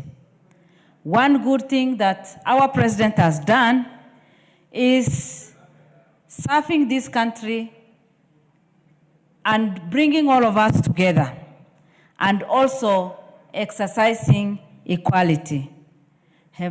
Honorable Speaker, I want to congratulate our President for all that he has done, and especially on health issues. SHA is working today. I remember when we debated, others were making fun of it and saying SHA, she, chief, and everything. And they were so negative. But today, their own families are benefiting. I have a relative who has benefited from this. Under education, as I said, our president is fully committed. And that is why, again, we have that promise of 100 teachers, 100,000 teachers to be employed. That will transform education sector. And Honorable Speaker, we also know very well that His Excellency spoke about infrastructure, the many roads that are being built, and lots of roads that were not on today are working. Mine is just to say that areas like the place I come from, the security roads and other things that we have already made requests, and even I know when the president will visit our county for development tour, we'll be able to put some things in light. But mine is just to say that as a nation, one area that our president needs to focus on is on fighting corruption, which has become a real problem to us. I know he's focused, I know he's committed, but his next speech should cover that.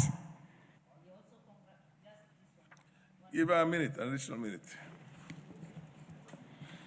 In his speech, the president extended a deserved recognition to this 13th Parliament. Honorable Speaker, we all know very well what happened 2024. Today we are recovering, and we have helped our president to grow this country together with us. And we know very well that under his leadership, this House will continue making some positive marks and bringing this nation to a place where everybody will say, yes, we are in good hands. And thank you, Honorable Speaker, and I support. The Honorable Waluke, when the chair gives a certain order, that order has got. Thank you very much, Honorable Speaker, for giving me a chance also to contribute on the State of the National Address of the President. Our President was very clear, Honorable Speaker, and his speech inspired many of us on that day, Honorable Speaker. He talked of so many things that affect us as people of this nation, Honorable Speaker, especially the economy of this country. Honorable Speaker, it is true that the economy of this country has improved compared to as it was before. Honorable Speaker, in 3 years, indeed, our president has tried because of paying debts for this country and also making sure that the country does not remain behind in terms of development. The country is developing. Is the first president, the Honorable Speaker, to make sure that he pushes the resources from the central government to the down to the villages, to the constituencies, to the counties, where the people of Kenya are, because we all come from rural to the city, Honorable Speaker. He has made sure that when you go around the country, Honorable Speaker, everywhere, you can see a project, a national project, either water, project, road infrastructure, Honorable Speaker, electricity, you can see it is going on almost everywhere.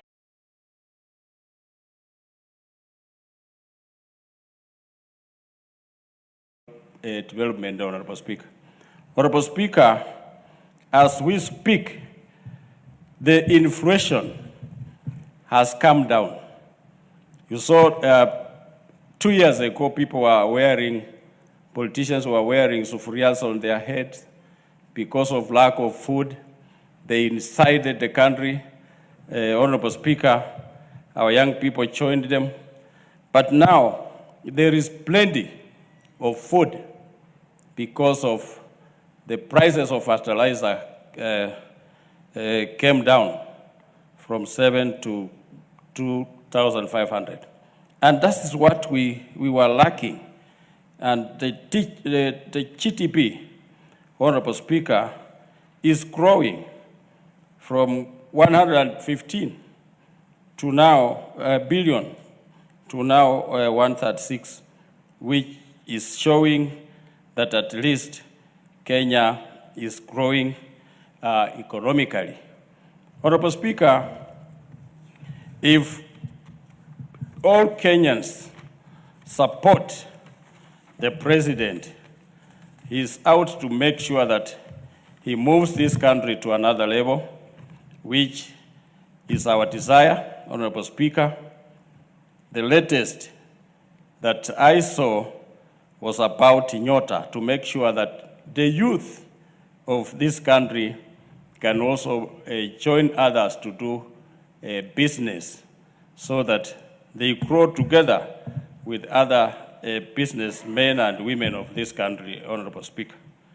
Honorable Speaker, we are moving together, supporting the president to make sure that this country is moving the right direction, because he wants to move Kenya to another level. He has a vision and a mission and a direction of this country, Honorable Speaker. So with those few remarks, Honorable Speaker, I urge Kenyans to support and leave alone the politics, because politics is over until 2027. But all of us, as people of this country, should come together and leave out the hatred so that we can support our country, we can support our government, we can support our president to move our country forward. Thank you very much, Mr. Speaker. MP for the Greater South, followed by Madam Pareo. No, first is KJ first. Mr. Speaker, I thank you for the opportunity to debate this very important event in the Parliament, in the life of Parliament, Mr. Speaker, when the President gets the opportunity to appear before this House and report to country on the progress that is being made on the promotion of our national values. Secondly, for the President to come and tell us how we are doing as concerns our international obligations, and also for the President to come and talk to us about the state of national security. And Mr. Speaker, we all have to admit that away even just from the substance, even the form, the way this State of the Nation address was delivered was in a state that we all agree was done very well, Mr. Speaker. And Mr. Speaker, coming out of this address, it was clear that we have a leadership and a president who has decided that we can no longer as a country afford to kick the can down the road. That it is time for country to do those things that we have always wished to have done since independence, but have never had the political goodwill or even the fortitude to do them, Mr. Speaker. We all know that some of the things that the President is reporting to us on the state of the nation, be it housing, be it universal health care, be it the change of our education system, be it a matter to do with the promotion of our youth, are issues that have lived in our manifestos for now more than 6 decades, Mr. Speaker. But each time any president has attempted to go forward with affordable housing or to go forward with universal health care, because of wanting to play populist politics, everyone has shied away from it. But Mr. Speaker, coming from the address, we could see the president report to us on the progress that we are seeing on affordable housing, Mr. Speaker. Unprecedented development across this country, offering in excess of 160,000 jobs to our youth, creation of fittings and furniture in our houses by our own fundis, Mr. Speaker. Things that we have wanted to do for over 6 decades are happening now, Mr. Speaker. We all know what mess we had run into as a country because of NHIF and the things that were happening as we were developing private hospitals at the expense of our public hospitals. And now, Mr. Speaker, coming out of this address from the president, we can see clearly that we are reversing that drive towards the building of private hospitals using national resources at the expense of national and public hospitals, Mr. Speaker. So, Mr. Speaker, the takeout from this address is that, one, Kenya is at a place where we have decided we will not kick this can down the road. We will face these problems head on, and we shall deal with them head on, Mr. Speaker. Mr. Speaker, the second thing I heard from this State of the Nation address, beyond the figures and the numbers that were enumerating the successes, I had a new call, Mr. Speaker, to a reimagined Kenya, where we have to think as a country, if we want development, where does the money come from? And Mr. Speaker, it is very clear that for the last years, we have been getting money from people's savings. We go to China and get a loan. The loan we get there is the savings of the people of China. And the president in the State of the Nation address was calling us to reimagine how as a nation we can push up our pensions, how we can push up our savings, and even how we can reorganize our budgets to save more as a country than we have been saving, Mr. Speaker. And why this is important, Mr. Speaker, is because going forward, we can see where we are at with our debts. We have already touched the debt ceiling, Mr. Speaker. So this call by the president on an infrastructural bond, on a sovereign bond, Mr. Speaker, talking to us about how we can become the new Singapore, Mr. Speaker. The answer lies in the soft issues. For Singapore to be what they became, there are 2 critical things that Singapore did. One, meritocracy, the place for meritocracy. And Mr. Speaker, the second thing is patriotism. On meritocracy, Mr. Speaker, we have to say that Kenya is in no doubt going to get 100% of President William Ruto. The question has to be, what percentage of KJ will Kenya get? What percentage of that other person will Kenya get? The president has committed to his job. Give him an additional minute. This president has demonstrably committed to doing his job, but Mr. Speaker, it must be said that he may not be able to do it on his own. What this House must call up the executive to do is the executive must bring up meritocracy. Those who perform must be rewarded for performance. Those who can't perform must go home, Mr. Speaker, and we get people who are able to deliver together with the president. Secondly, Mr. Speaker, patriotism as a soft issue. We all must be proud to belong. And by being proud to belong, Mr. Speaker, then we shall be able to give not only our 100%, but everybody else's 100% for the betterment of country. And Mr. Speaker, the State of Nation, as I had it, is that this nation is coming from a very deep hole. We have stopped digging. Now we are starting to find how to claw out of this hole. Mr. Speaker, I do thank you. The Honorable Madam Pareyo. Thank you, Mr. Speaker, for giving me this opportunity to add my voice to the State of the Nation address by His Excellency. This speech, I listened to it, and this speech gives hope to Kenyans. Why? Because when this government came to power, Kenyans had a lot of problems, starting from food. There were so many families that could not put food on the table. But when he came with an idea of subsidized fertilizers, all farmers were able to put food on the table because they could get food to give to their children. And when you look at our constituencies, there are constituencies that have not developed like others. There are those that were not considered.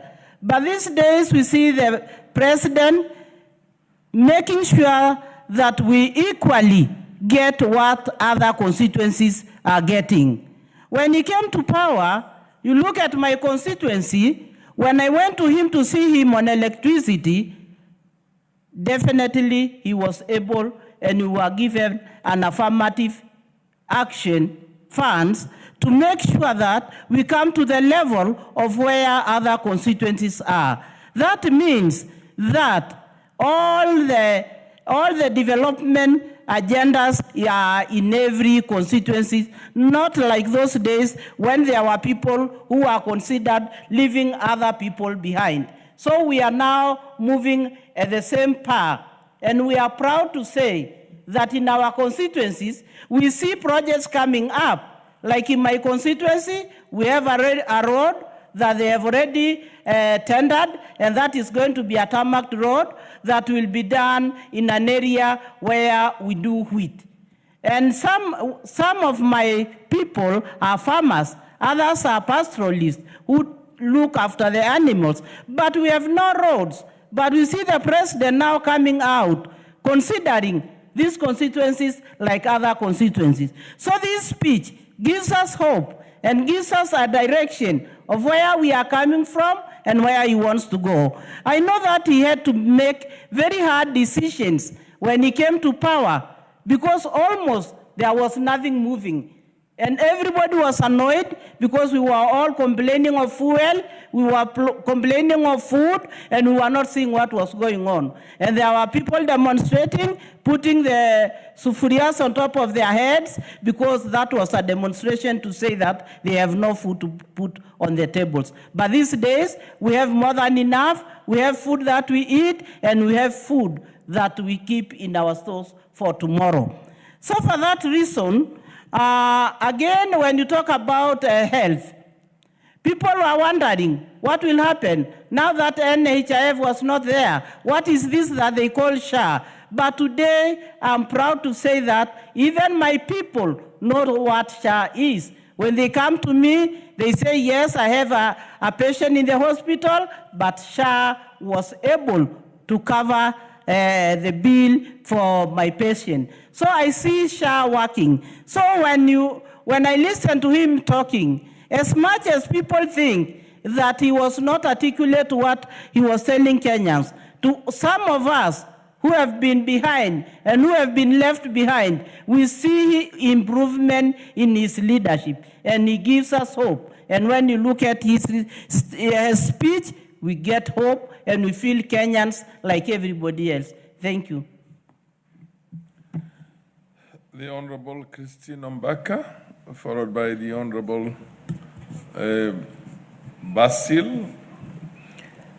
Thank you, Mr. Speaker, for giving. Honorable Sigei, then Mayaka. Okay. Then I'll come to Karachuonyo. Thank you, Mr. Speaker, for giving me this opportunity. Before I put my case forward, let me take this opportunity to pass my condolences to the family of Jaramogi Oginga Odinga for the loss of Beryl Achieng, the sister to Baba Raila Amolo Odinga. May her soul rest in eternal peace. Back to the speech of the president, the State of the Nation, I must say how intriguing it was. It was very exciting. When the president presented his speech, he himself was so confident in his presentation. He was so exciting. He was so committed to his ideas. And one thing that stood out was that he highlighted a lot about the infrastructure for quite a lot of time. And the infrastructure, as he described what he wants to see, he was measuring it against Singapore and the economy of Singapore. In other words, he had a mission. He has a mission to fulfill that will have the standards that Singapore has had. So when it comes to infrastructure, he talked of the road system, how he really wants to extend the road system including the SGR. And one begins to imagine, the imagination I got when he was presenting was I was seeing America, I was seeing South Africa, the extent to which the roads are well done. We always admire the trains that you see in America, the ones that you see in South Africa. The road system is so good, is so excellent. If we can reach there, the way the president described, we are good to go. That means the president will leave a huge legacy on the infrastructure. My only caution is that when that is being done, as we look forward to it excitedly, he must make sure that the standards are met, that the roads are done on they must do good roads that have quality standards, that we do not have constant potholes, that they are not too narrow, even though they may be good. They are not too narrow, they are wide, and that the infrastructure that is going to put in our system is going to be something admirable, something that looks like in Singapore. The second point that he raised was on health. He highlighted the role of community health workers. These are a group of people who are trained at local level to manage health problems that local people do have and could refer them to main hospitals. These are people who are trained but have never been properly utilized. Their skills have never been utilized properly. Their terms and conditions of employment is so poor, and normally they tend to be neglected. If the president has highlighted that he's going to make use of them, then I see a lot of improvement in healthcare from the local level, where the community health workers will have their terms and conditions better improved. They will be able to be motivated, they'll be on salaries, and that they will do their work skillfully. Lastly, but not least, the president had a lot of good things.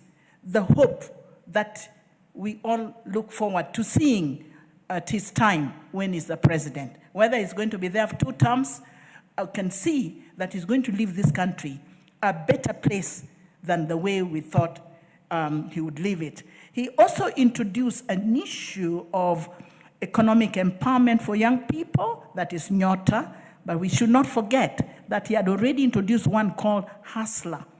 But we have many more, such as Wezo Fund. We also have Youth Fund. We also have Women Economic Enterprise. These are funds that support young people, women, and people living with disability. I'm so happy that the president has introduced Nyota as well. So the Kenyan people will have access to finances that they can utilize to improve their businesses, and therefore unemployment, issues of... Give her half a minute. Yeah, I'm saying issues of economic empowerment will improve the people's economy. There will be self-employment will be there, and the people's lives will improve with the kind of funds that is supposed to give them empowerment. Thank you very much. Honorable Basil, MP for Yatta. Thank you, Mr. Speaker. I rise to support the speech that was made by His Excellency, the President of this country. From onset, I want to applaud the President for making a very solid speech. And I want to say one of the very remarkable statements that he made was actually the lowering the cost of power. If you look at Asian tigers, we are talking of Taiwan, we are talking of Japan, we are talking of Singapore, we are talking of China. They made it where they are today because of making the right choices. When you talk of power, electricity is one of the very essential ingredients to boost and to drive the economy.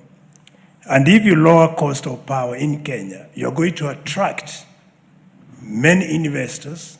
You're going to make Kenya a competitive country when it comes to pooling external resources right here in the country, Mr. Speaker. Importantly, currently we are talking of unemployment. Quite a number of our youth are not able to get meaningful employment to be able to earn for themselves. When we lower cost of power, Mr. Speaker, many of the investors who come here, they'll be able to open doors for employment. If you look at a country like Ethiopia that I mentioned a while back, Ethiopia is getting it right because their cost of power is low. So when this president made it right that he's going to consider to lower cost of energy, I totally agree with him, and that is the right step, the right action that this country should make. Additionally, Mr. Speaker, on matters to do with infrastructure, the president is making very serious and tangible milestone on infrastructure.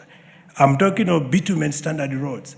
And I'll make reference of my constituency, Mr. Speaker Yatta. For the first time in history, we are getting the first 10 kilometers of bitumen standards for a very critical road that is even going to decongest Thika Road, Mr. Speaker. Because the road that the president has advertised through his government to be upgraded to bitumen standard, it will be the doorway to go to Mombasa if you are coming from Nyeri or if you are coming to Central. For people who have no business in Nairobi who want to get it to Mombasa quickly, they'll now use Yatta as an alternative, Mr. Speaker. And that is a critical road. Instead of ethnicizing development, it's important to put investment where it matters. And on infrastructure, I applaud the president for the step he's making. And I would say if we continue this way, then we'll be in the right path to be able to get at the same level with Asian tankers and many other countries that have made it and who are in the same level like us, Mr. Speaker. On matters to do with markets, Mr. Speaker, allow me to say the president is doing very well on markets. In Yatta, for instance, I've got 2 markets. And there is one additional market that is on the way, Mr. Speaker. And these markets are going to boost employment, and I'm talking of informal employment, informal sector of the economy, where most of the people are dominant, they are women, Mr. Speaker. So with the markets, we'll be able to feed many families, and more so poor families, who are dependent on women as the drivers of the economy when it comes to markets and in the informal sector, Mr. Speaker. Importantly on sports, Mr. Speaker, and I'll beg for additional few minutes. I think I have very salient points that are important for many of our members of parliament to also try to listen to. So I do request for additional few points or few minutes, Mr. Speaker. So on sports, Mr. Speaker, for the first time in history, I've got a sport academy, Mr. Speaker. And this is going to nurture talents. We are talking of nurturing talents and ensuring the youth get employment through sports. So through having a sports academy in my constituency, for instance, and many other constituencies across the country, that is a step in the right direction, Mr. Speaker. And we have to applaud the president for this, not just politicizing for the sake of politics, Mr. Speaker.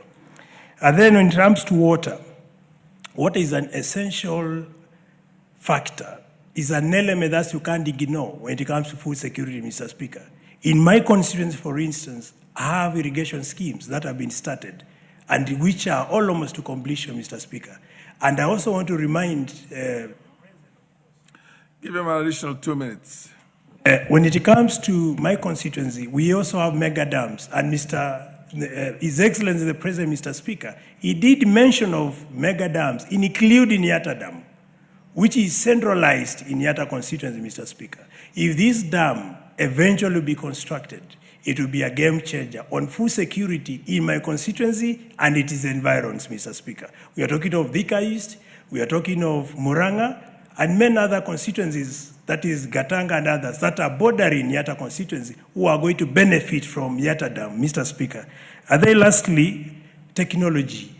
Mr. Speaker, His Excellency is investing in digital hubs across the country, Mr. Speaker.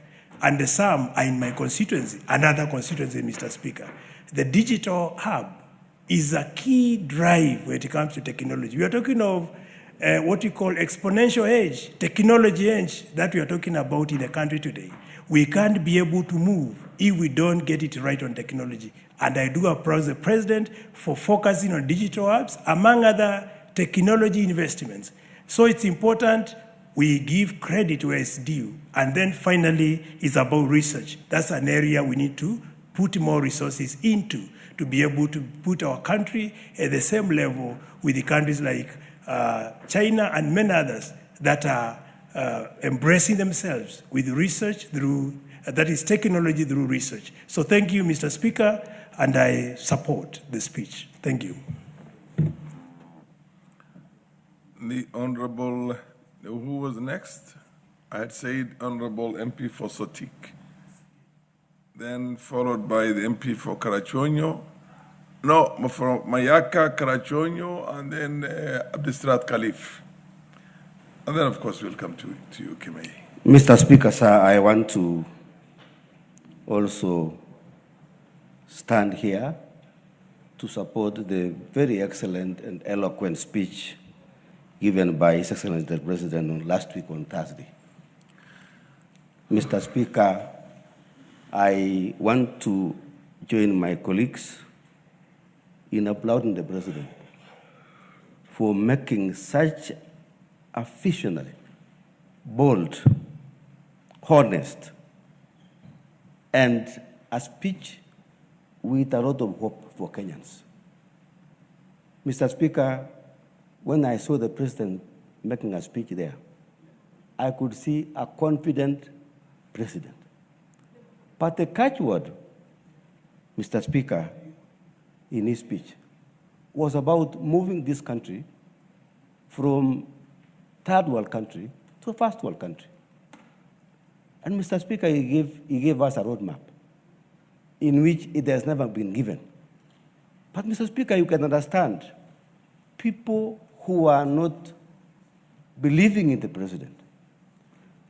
I understand them, Mr. Speaker, because this country has tried several times to implement things like housing, implement things like universal health suffrage, but it has never happened. But with now, there's the President who has taken bold steps, sure steps, and he touches on serious and fundamental areas of this economy of this country. And therefore, Mr. Speaker, I want to say I was very happy to hear the President, particularly touching on agriculture, a critical area. Agriculture is a critical area, and for the last 2 years, Mr. Speaker, the President has taken bold steps, and we have seen fruits. Subsidized fertilizer, Mr. Speaker, from 7,000 to 2,500 shillings. It has done a revolution. A reformed agriculture can now feed the nation. We now have food security. Mr. Speaker, I want to say that in Sotik, we, the people of that constituency, have really appreciated what the President has done. And we want to say we are going to work hard to make sure that whatever he wants to achieve is achieved. Mr. Speaker, I only want to mention that in Sotik, and I am very sure it is all over with the dairy farmers, we have a big problem because the farmers have not been paid for the last 4 months. And Mr. Speaker, this is not progress. Mr. Speaker, this government, and I know the President is very aware about this, the President must address the issue of KCC, the farmers must be paid on time, and if there's a problem with KCC, we must reform KCC. Mr. Speaker, I want to mention what the President said about National Infrastructure Fund. Mr. Speaker, this is one of the bold decisions which the President has done. And Mr. Speaker, when you mention the road from Limuru, the road from Rironi to Mau Summit, the road from Limuru to Maimahiu, Mr. Speaker, that's the route I use to Narok and then Sotik. It is a nightmare. And if the President can be able to fix that problem we have in that road, Mr. Speaker, this country will go far. The road from Rironi to Mau Summit will be a game changer. Mr. Speaker, the road from which is now fixing in my constituency, from Gibsonoi to Kamurieto to Kapkele, is a game changer in my constituency. Mr. Speaker, I want to applaud the President. I want to also ask the prophets of doom to stop and believe in the President. I want to ask Kenyans to come together and support the President, because this President has a vision. This President is looking ahead of us. And I'm very sure, Mr. Speaker, if we support the President, this country will have a change. I want us to address the issue of corruption. Mr. Speaker, that's something which is an elephant in the house. And we cannot avoid this one. We must look at the corruption which is manifested. Give him an additional 2 minutes. We want to look at the corruption which is almost everywhere, Mr. Speaker. This will assist the President to achieve whatever he wants to achieve. Mr. Speaker, we want to address the issue of the county governments, because this is an area where there are a lot of corruption. Even in national government, we have corruption. The President must put people in government who are serious, who will carry his vision, who will be able to say, yes, we are with the President. Mr. Speaker, we must support the President. We must support him because we believe in his vision. We must fight tribalism, Mr. Speaker, a disease which is giving us a lot of problems. People who are bitter about personalities. Mr. Speaker, we must stop and come together as Kenyans and work together. Thank you so much, Mr. Speaker. I support. The Honorable Mayaka, followed by Karachuonyo, and then followed by the MP for nominated MP Absirat Khalif. Thank you, Honorable Speaker, for the opportunity to also make my contributions in regards to the motion on the State of the Nation address by His Excellency the President. This was an address, Honorable Speaker, where the President told us that when he came to Parliament 2 years ago, he had a vision to tell, and now he was coming to tell us a story about that vision he has. And Honorable Speaker, I believe in giving credit where it's due. And I just want to give credit to the President for some of the things that he had put in place and said that he will do that have actually come to fruition. One of them being the President promised that the price of unga would actually become lower. And that is something that he achieved. When at the beginning of his term, the shilling was doing extremely badly in this country. But right now, the shilling has stabilized at 129 shillings. Another thing, Honorable Speaker, is our inflation rate, which was at an exceeding percentage of 9.6% in 2022, but right now is at 4.6%. Honorable Speaker, if you have a look at the Nairobi Securities and the Nairobi Stock Exchange market, which had lost a lot of public goodwill, they are now back on track. And these are some of the things that the President actually highlighted in his speech. Another thing for me that is very interesting and very important to even my people back in Nyamira, it's in the agriculture sector. In 2002, when they introduced the Kenya Integrated Agricultural Management Information System, only 300,000 farmers had registered. But right now, we have 7.1 million farmers who have registered into this. And this has actually been very helpful to farmers because it has brought into place an opportunity for there to be scientific interventions in how we do agriculture in our country. It has helped to eliminate brokers and middlemen who have really affected the agricultural space in our country. Honorable Speaker, for me, being a country that is very focused economically on agriculture is very important because it also attaches us to what is happening in the current world. I'm only hoping that in future we will be able to get into even a space where we are using other high-level technologies in the agricultural space. Honorable Speaker, looking at the fiber expansion in our country, and in particular public Wi-Fi, we are coming from a position where we had 0 public Wi-Fi in this country to 1,500 accessible public Wi-Fi in our country. We currently have 300 digital hubs with 400 in the pipeline. And Honorable Speaker, and especially taking into consideration the fact that we are a very youthful nation, this is very encouraging because it enables young people to also integrate into digital economy. Honorable Speaker, the other factor is in under the Nyota.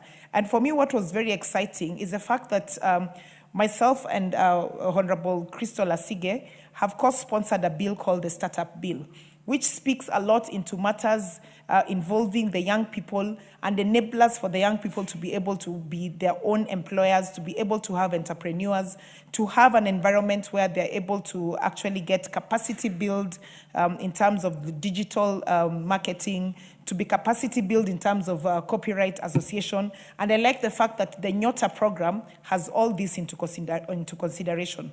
Honorable Speaker, some of the other things that the President also highlighted that for me were very exciting, and I really hope that we will actually have this in place by the time we get into the next election, was the dueling of some of the major roads that affect some of us, like the routes that goes to Kisii, the road that goes from Nairobi, Kisumu, all the way to Busia.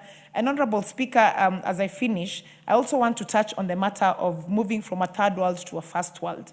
And I just want to invite not only the other members of parliament, but also Kenyans, to read a book by the founding Prime Minister of Singapore. It's called The Third World, From the Third World to the First World, The Singaporean Story. Because Lee Kuan Yew had to make very tough decisions for Singapore to get to where it is. And I like that the President said that we would like to also be like Singapore. And there's nothing wrong with that, Honorable Speaker, because as Dr. Jasmine Skulak once said, there is nothing wrong with being a copycat if you're copying. Give us some 2 more minutes. Thank you, Honorable Speaker. I'll just take that again. And I just want to say that there is nothing wrong with us wanting to be like Singapore. And if you read this book and snippets of it, you'll see the tough decisions that this particular founding Prime Minister had to make for his country to be such a good example that even our President referred to it in his speech. And I just want to finish that by saying that, as Dr. Jasmine Skulak once said, there is nothing wrong with being a copycat if you're copying the right cat. With those few remarks, I submit. I thank you. MP for Karachuonyo, followed by Abdisrat Khalif. Thank you, Mr. Speaker, sir, for giving me the opportunity to comment on this presidential speech, which was very eloquent, full of substance, and, in my opinion, very good. Now, the President really emphasized on infrastructure, under which roads, SGR, energy fall, together with others. And I was impressed, because these are the engines of development. The President's dream is noble. He would like this country to move from third world to first world. We long for that time. It will be a time that will make us remember this President as one who has done for us was what Napoleon could not do in history. I know when he was talking about roads, my mind was struggling with where is my area. Yes, I have some roads being worked on in my area, like a Jichoteko Road. It is my hope this road. Order, honorable members, there's an honorable member who's listening loudly to our. Where is that coming from?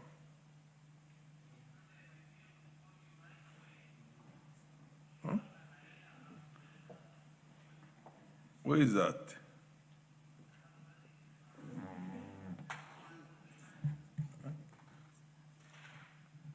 No, I thought there was some sound interfering with.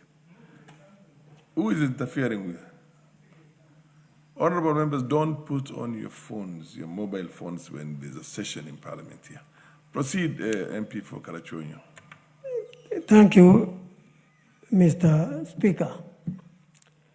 Now, I was saying that in my area, we have some roads which I'm sure he is covered by what he said. And that's a Jijotech Road, plus 2 others which are ongoing. I was also keen to listen on what he was saying about SGR and also energy. These were ambitious projects, very costly in nature. So again, my mind was struggling that if the president wants to do these things for us, there is a devil waiting somewhere, the funding. Where is he going to get the funding for these projects? I'm in Finance and National Planning Committee. And I was wondering whether the president would probably end by talking about sacrifice in terms of paying tax.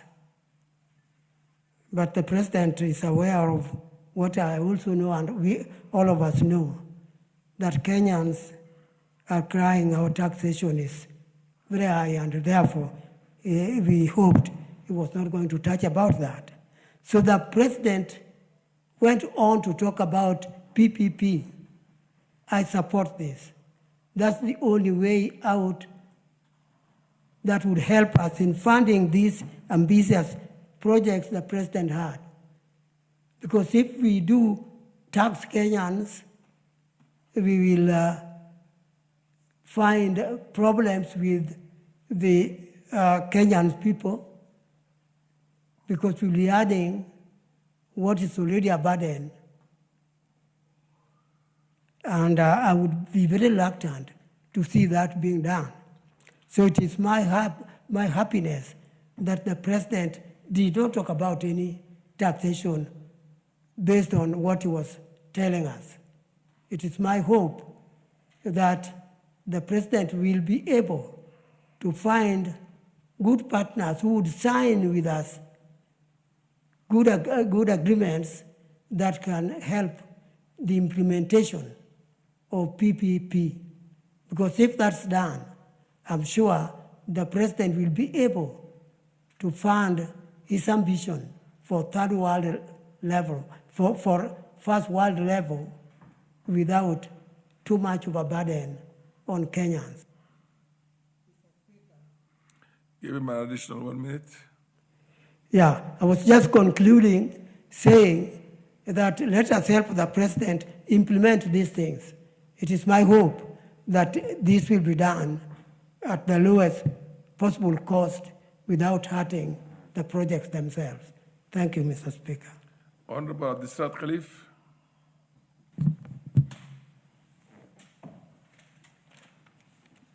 Thank you, Mr. Speaker. I would like to take this opportunity to contribute to the speech of the President. Mr. Speaker, the President's speech comprised literally of 2 aspects, the short term and long term. In the short term, he expressed that many things are happening in Kenya, like health sector, the health sector, the markets, the housing, which are doing very well. He also suggested that we need to do more in terms of agriculture, in terms of energy, roads, which cannot be financed through the traditional way. You are all aware that we used to fund our development through debts. These debts are becoming unsustainable. In fact, we have reached our ceiling and we are no longer able to borrow like before. He therefore suggested the creation of infrastructure fund that can help to do mega projects that can take this country to where we all want. Mr. Speaker, The speech, honestly, gave us some glad tidings, gave us hope. Where we are going is as important as where we are now. And it's only through hope that we can, look forward to the future. Therefore, the President has given us hope. Mr. Speaker, the infrastructure fund the President talked about is going to help us in the development of roads. We are having a shortfall of building roads up to 20,000 kilometers.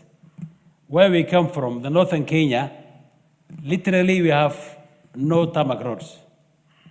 It's therefore through these mega, projects that the President talked about, is what is going to give the people of northern Kenya the hope they need. Mr. Speaker, you are aware that we only have 15% of arable land that are now being used for agriculture. The growing, population of this country means we need to put more land into agricultural use. And that can only be done through irrigation, by having mega dams, by, using these rivers. Where I come from, Mandera, we have a river called River Dawa, which is passing through Mandera County. If we use that water, use irrigation and harness that water, it can really feed the people of Mandera County and have surplus for the rest of the country and even export, Mr. Speaker. We therefore encourage the President and give all the support he needs in creation of this infrastructure fund that is going to be used for agricultural use. Mr. Speaker, we also have a shortfall in terms of energy. The number of households that are now connected to electricity is limited in this country. Is therefore, the President's speech talked about having electricity available to our homes. We therefore encourage him to do more and support him. Mr. Speaker, some naysayers are casting aspersions on the integrity and the speech of the President. I wonder, what else will he have done as the president of this country, other than giving us hope and alternatives to take us forward? People are talking about Singapore. They are talking about Japan. All those countries must have foregone some luxury to reach where they are now. I implore, I urge everybody in this country, including... Yeah, give him 2 more minutes. Thank you, Mr. Speaker. Let me repeat that. Everybody, including members of parliament in this house, must support the President to take this country where we want. We have to forego some luxury. We have to do what it takes to move forward. We can't be always talking about poverty, talking about lack of funding. 60 years after independence, we must change something to go far. Otherwise, we'll be talking about, now we are competing, we are saying we are the sixth in Africa. If we don't do and make changes that are necessary to take us forward and seeing our population ballooning, I think we might go lower than where we are now. So I support the President, and he has done a wonderful job so far, and we encourage him to do more, and he has our full support. Thank you very much, Mr. Speaker. Honorable Kamei. Madam Beatriz Kamei. Sure. Where's Chief Ramondo? Oh, yeah, okay.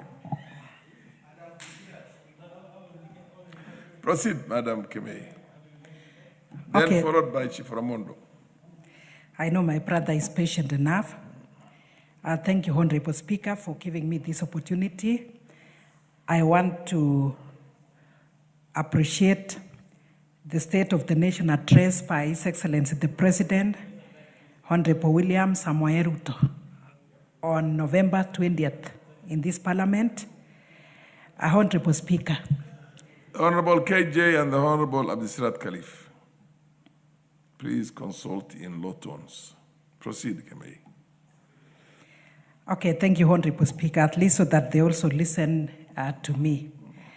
You know, KJ is one of those guys we looked up to when we were listening to many of the good things he used to say in this country. So I believe, and we support what he's doing. So, Honorable Speaker, I want to say that this is a speech, I can say, of the year.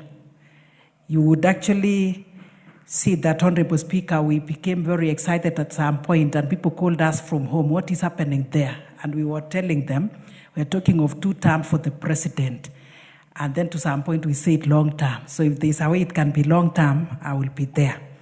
Honorable Speaker, the speech is inclusive, all inclusive. Every sector of the economy was included in his speech. And Honorable Speaker, the President took us from the past, how we were before he came to power, 3 years ago, where we are at the moment and where we are headed.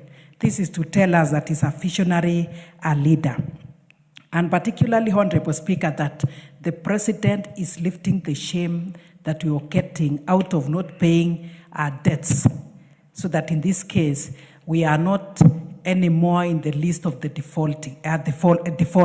Because when he said, it was not, people were not asking if Kenya will default, but when.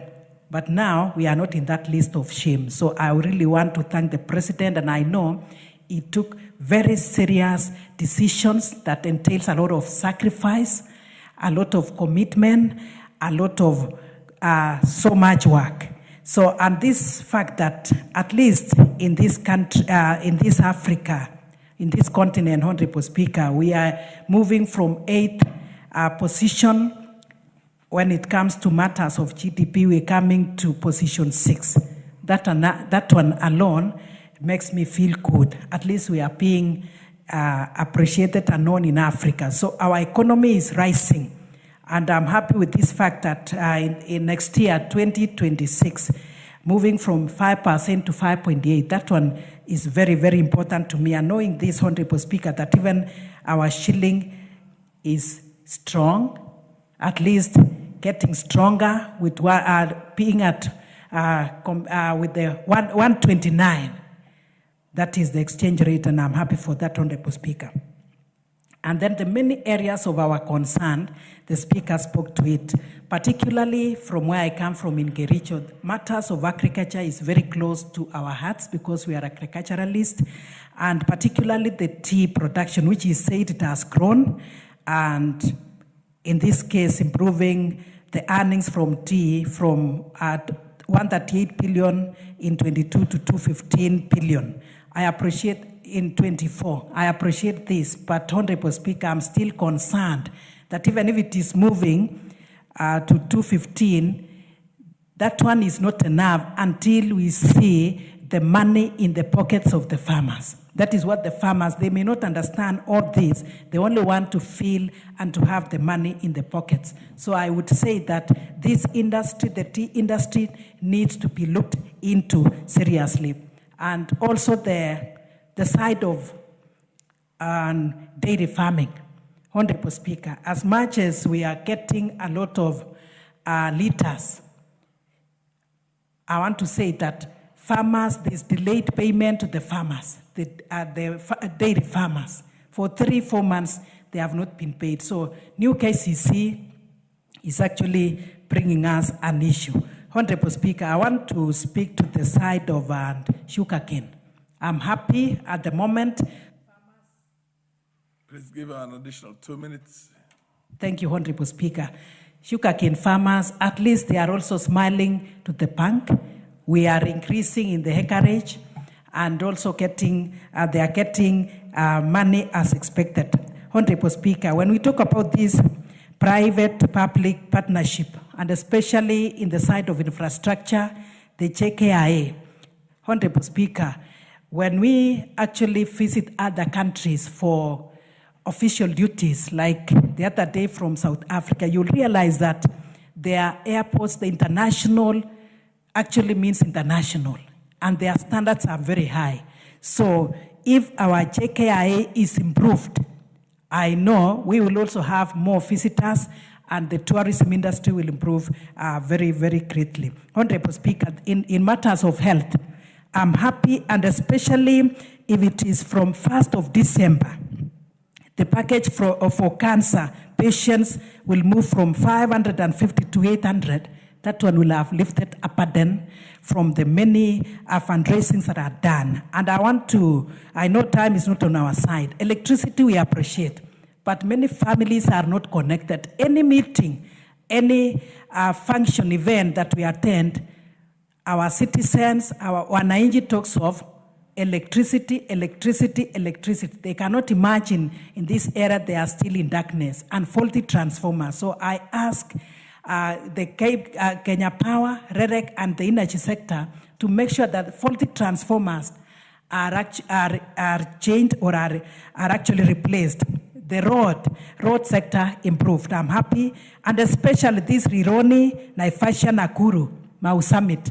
That is the road I use, and especially during this festive season. So when it becomes dual, it will save us a lot. Honorable Speaker, sitting on this road for 12 hours is not easy. And Honorable Speaker, noting that there are no toilets on the road, maybe along the road and anywhere else. And Honorable Speaker, we cannot go just like the others, maybe in the forest. So, and being the kind of people we are, so these long hours is not saving us well. But thank you for this road and the many other roads, Honorable Speaker, that will be made dual.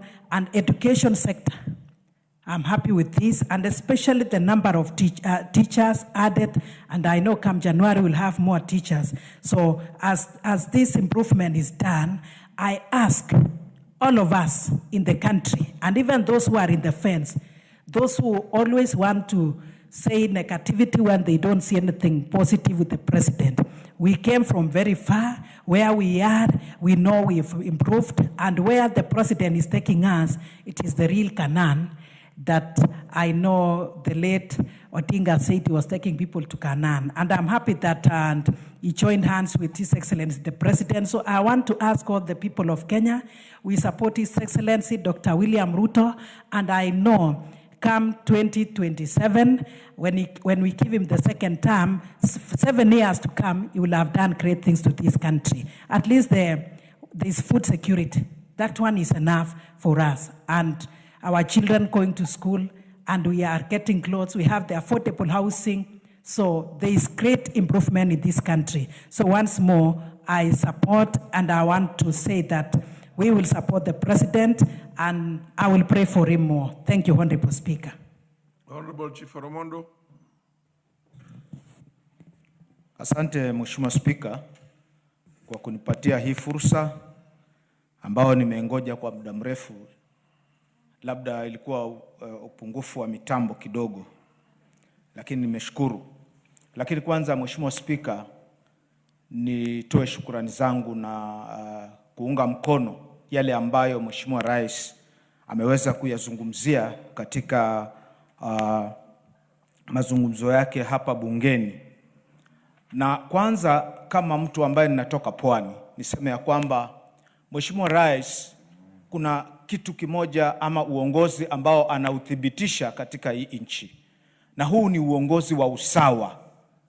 Kwa mara ya kwanza katika historia, hata sisi watu wa Pwani tunaona maendeleo yakipatikana vile yanapatikana kwa wenzetu. Na ni uthibitisho hapa ya kwamba Mheshimiwa Rais mwenyewe alizungumza hapa na akataja barabara ambayo inatoka Mombasa mpaka kule Lungalunga. Itatengenezwa pia, hiyo iwe ina njia mbili ya kwenda na kurudi.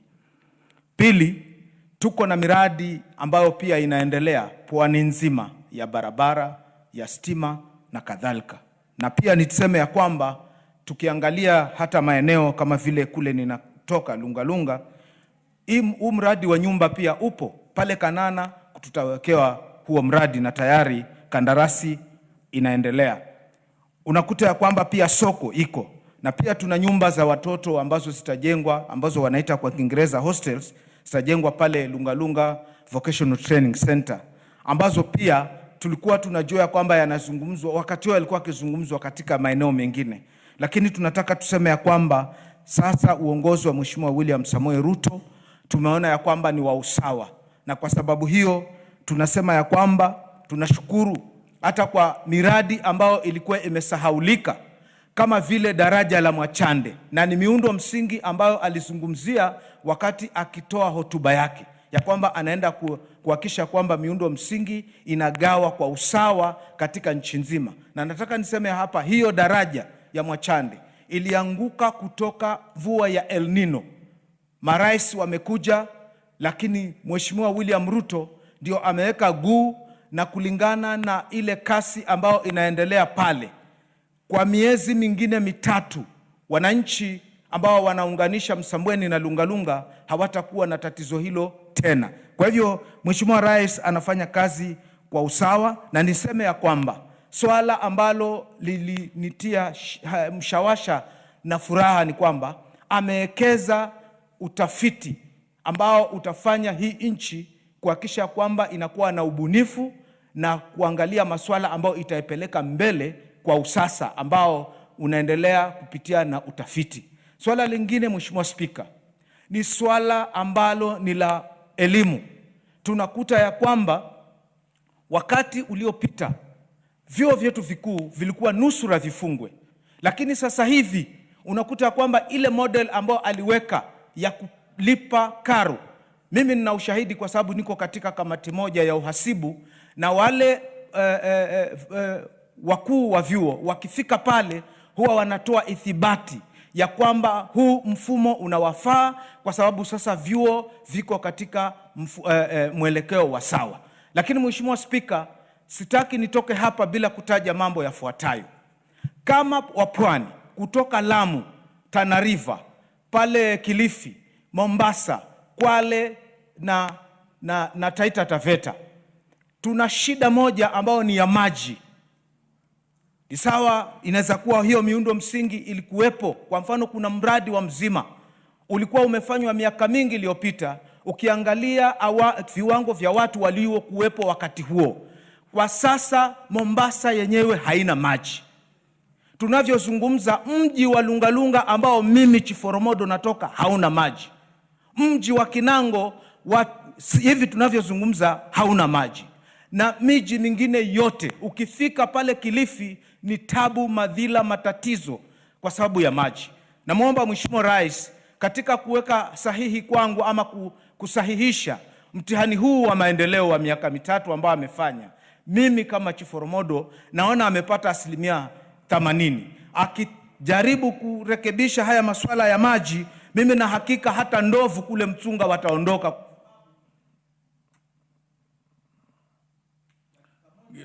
Give him an additional 2 minutes.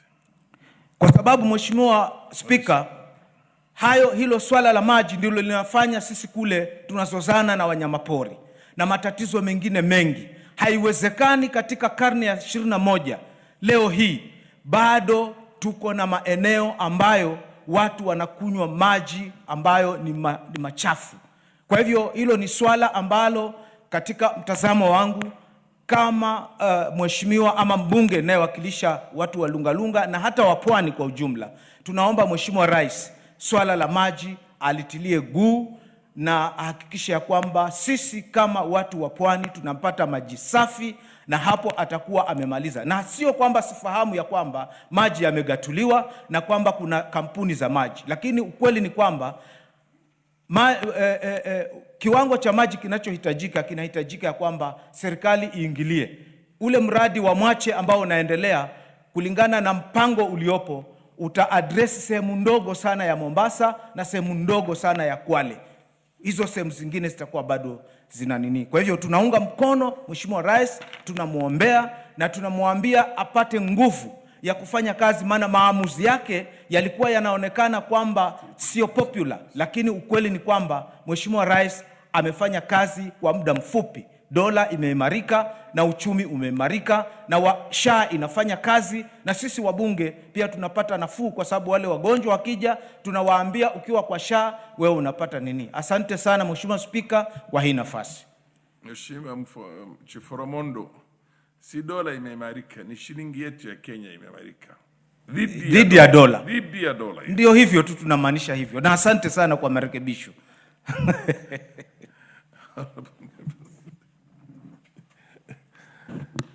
Honorable members, we now adjourn the House.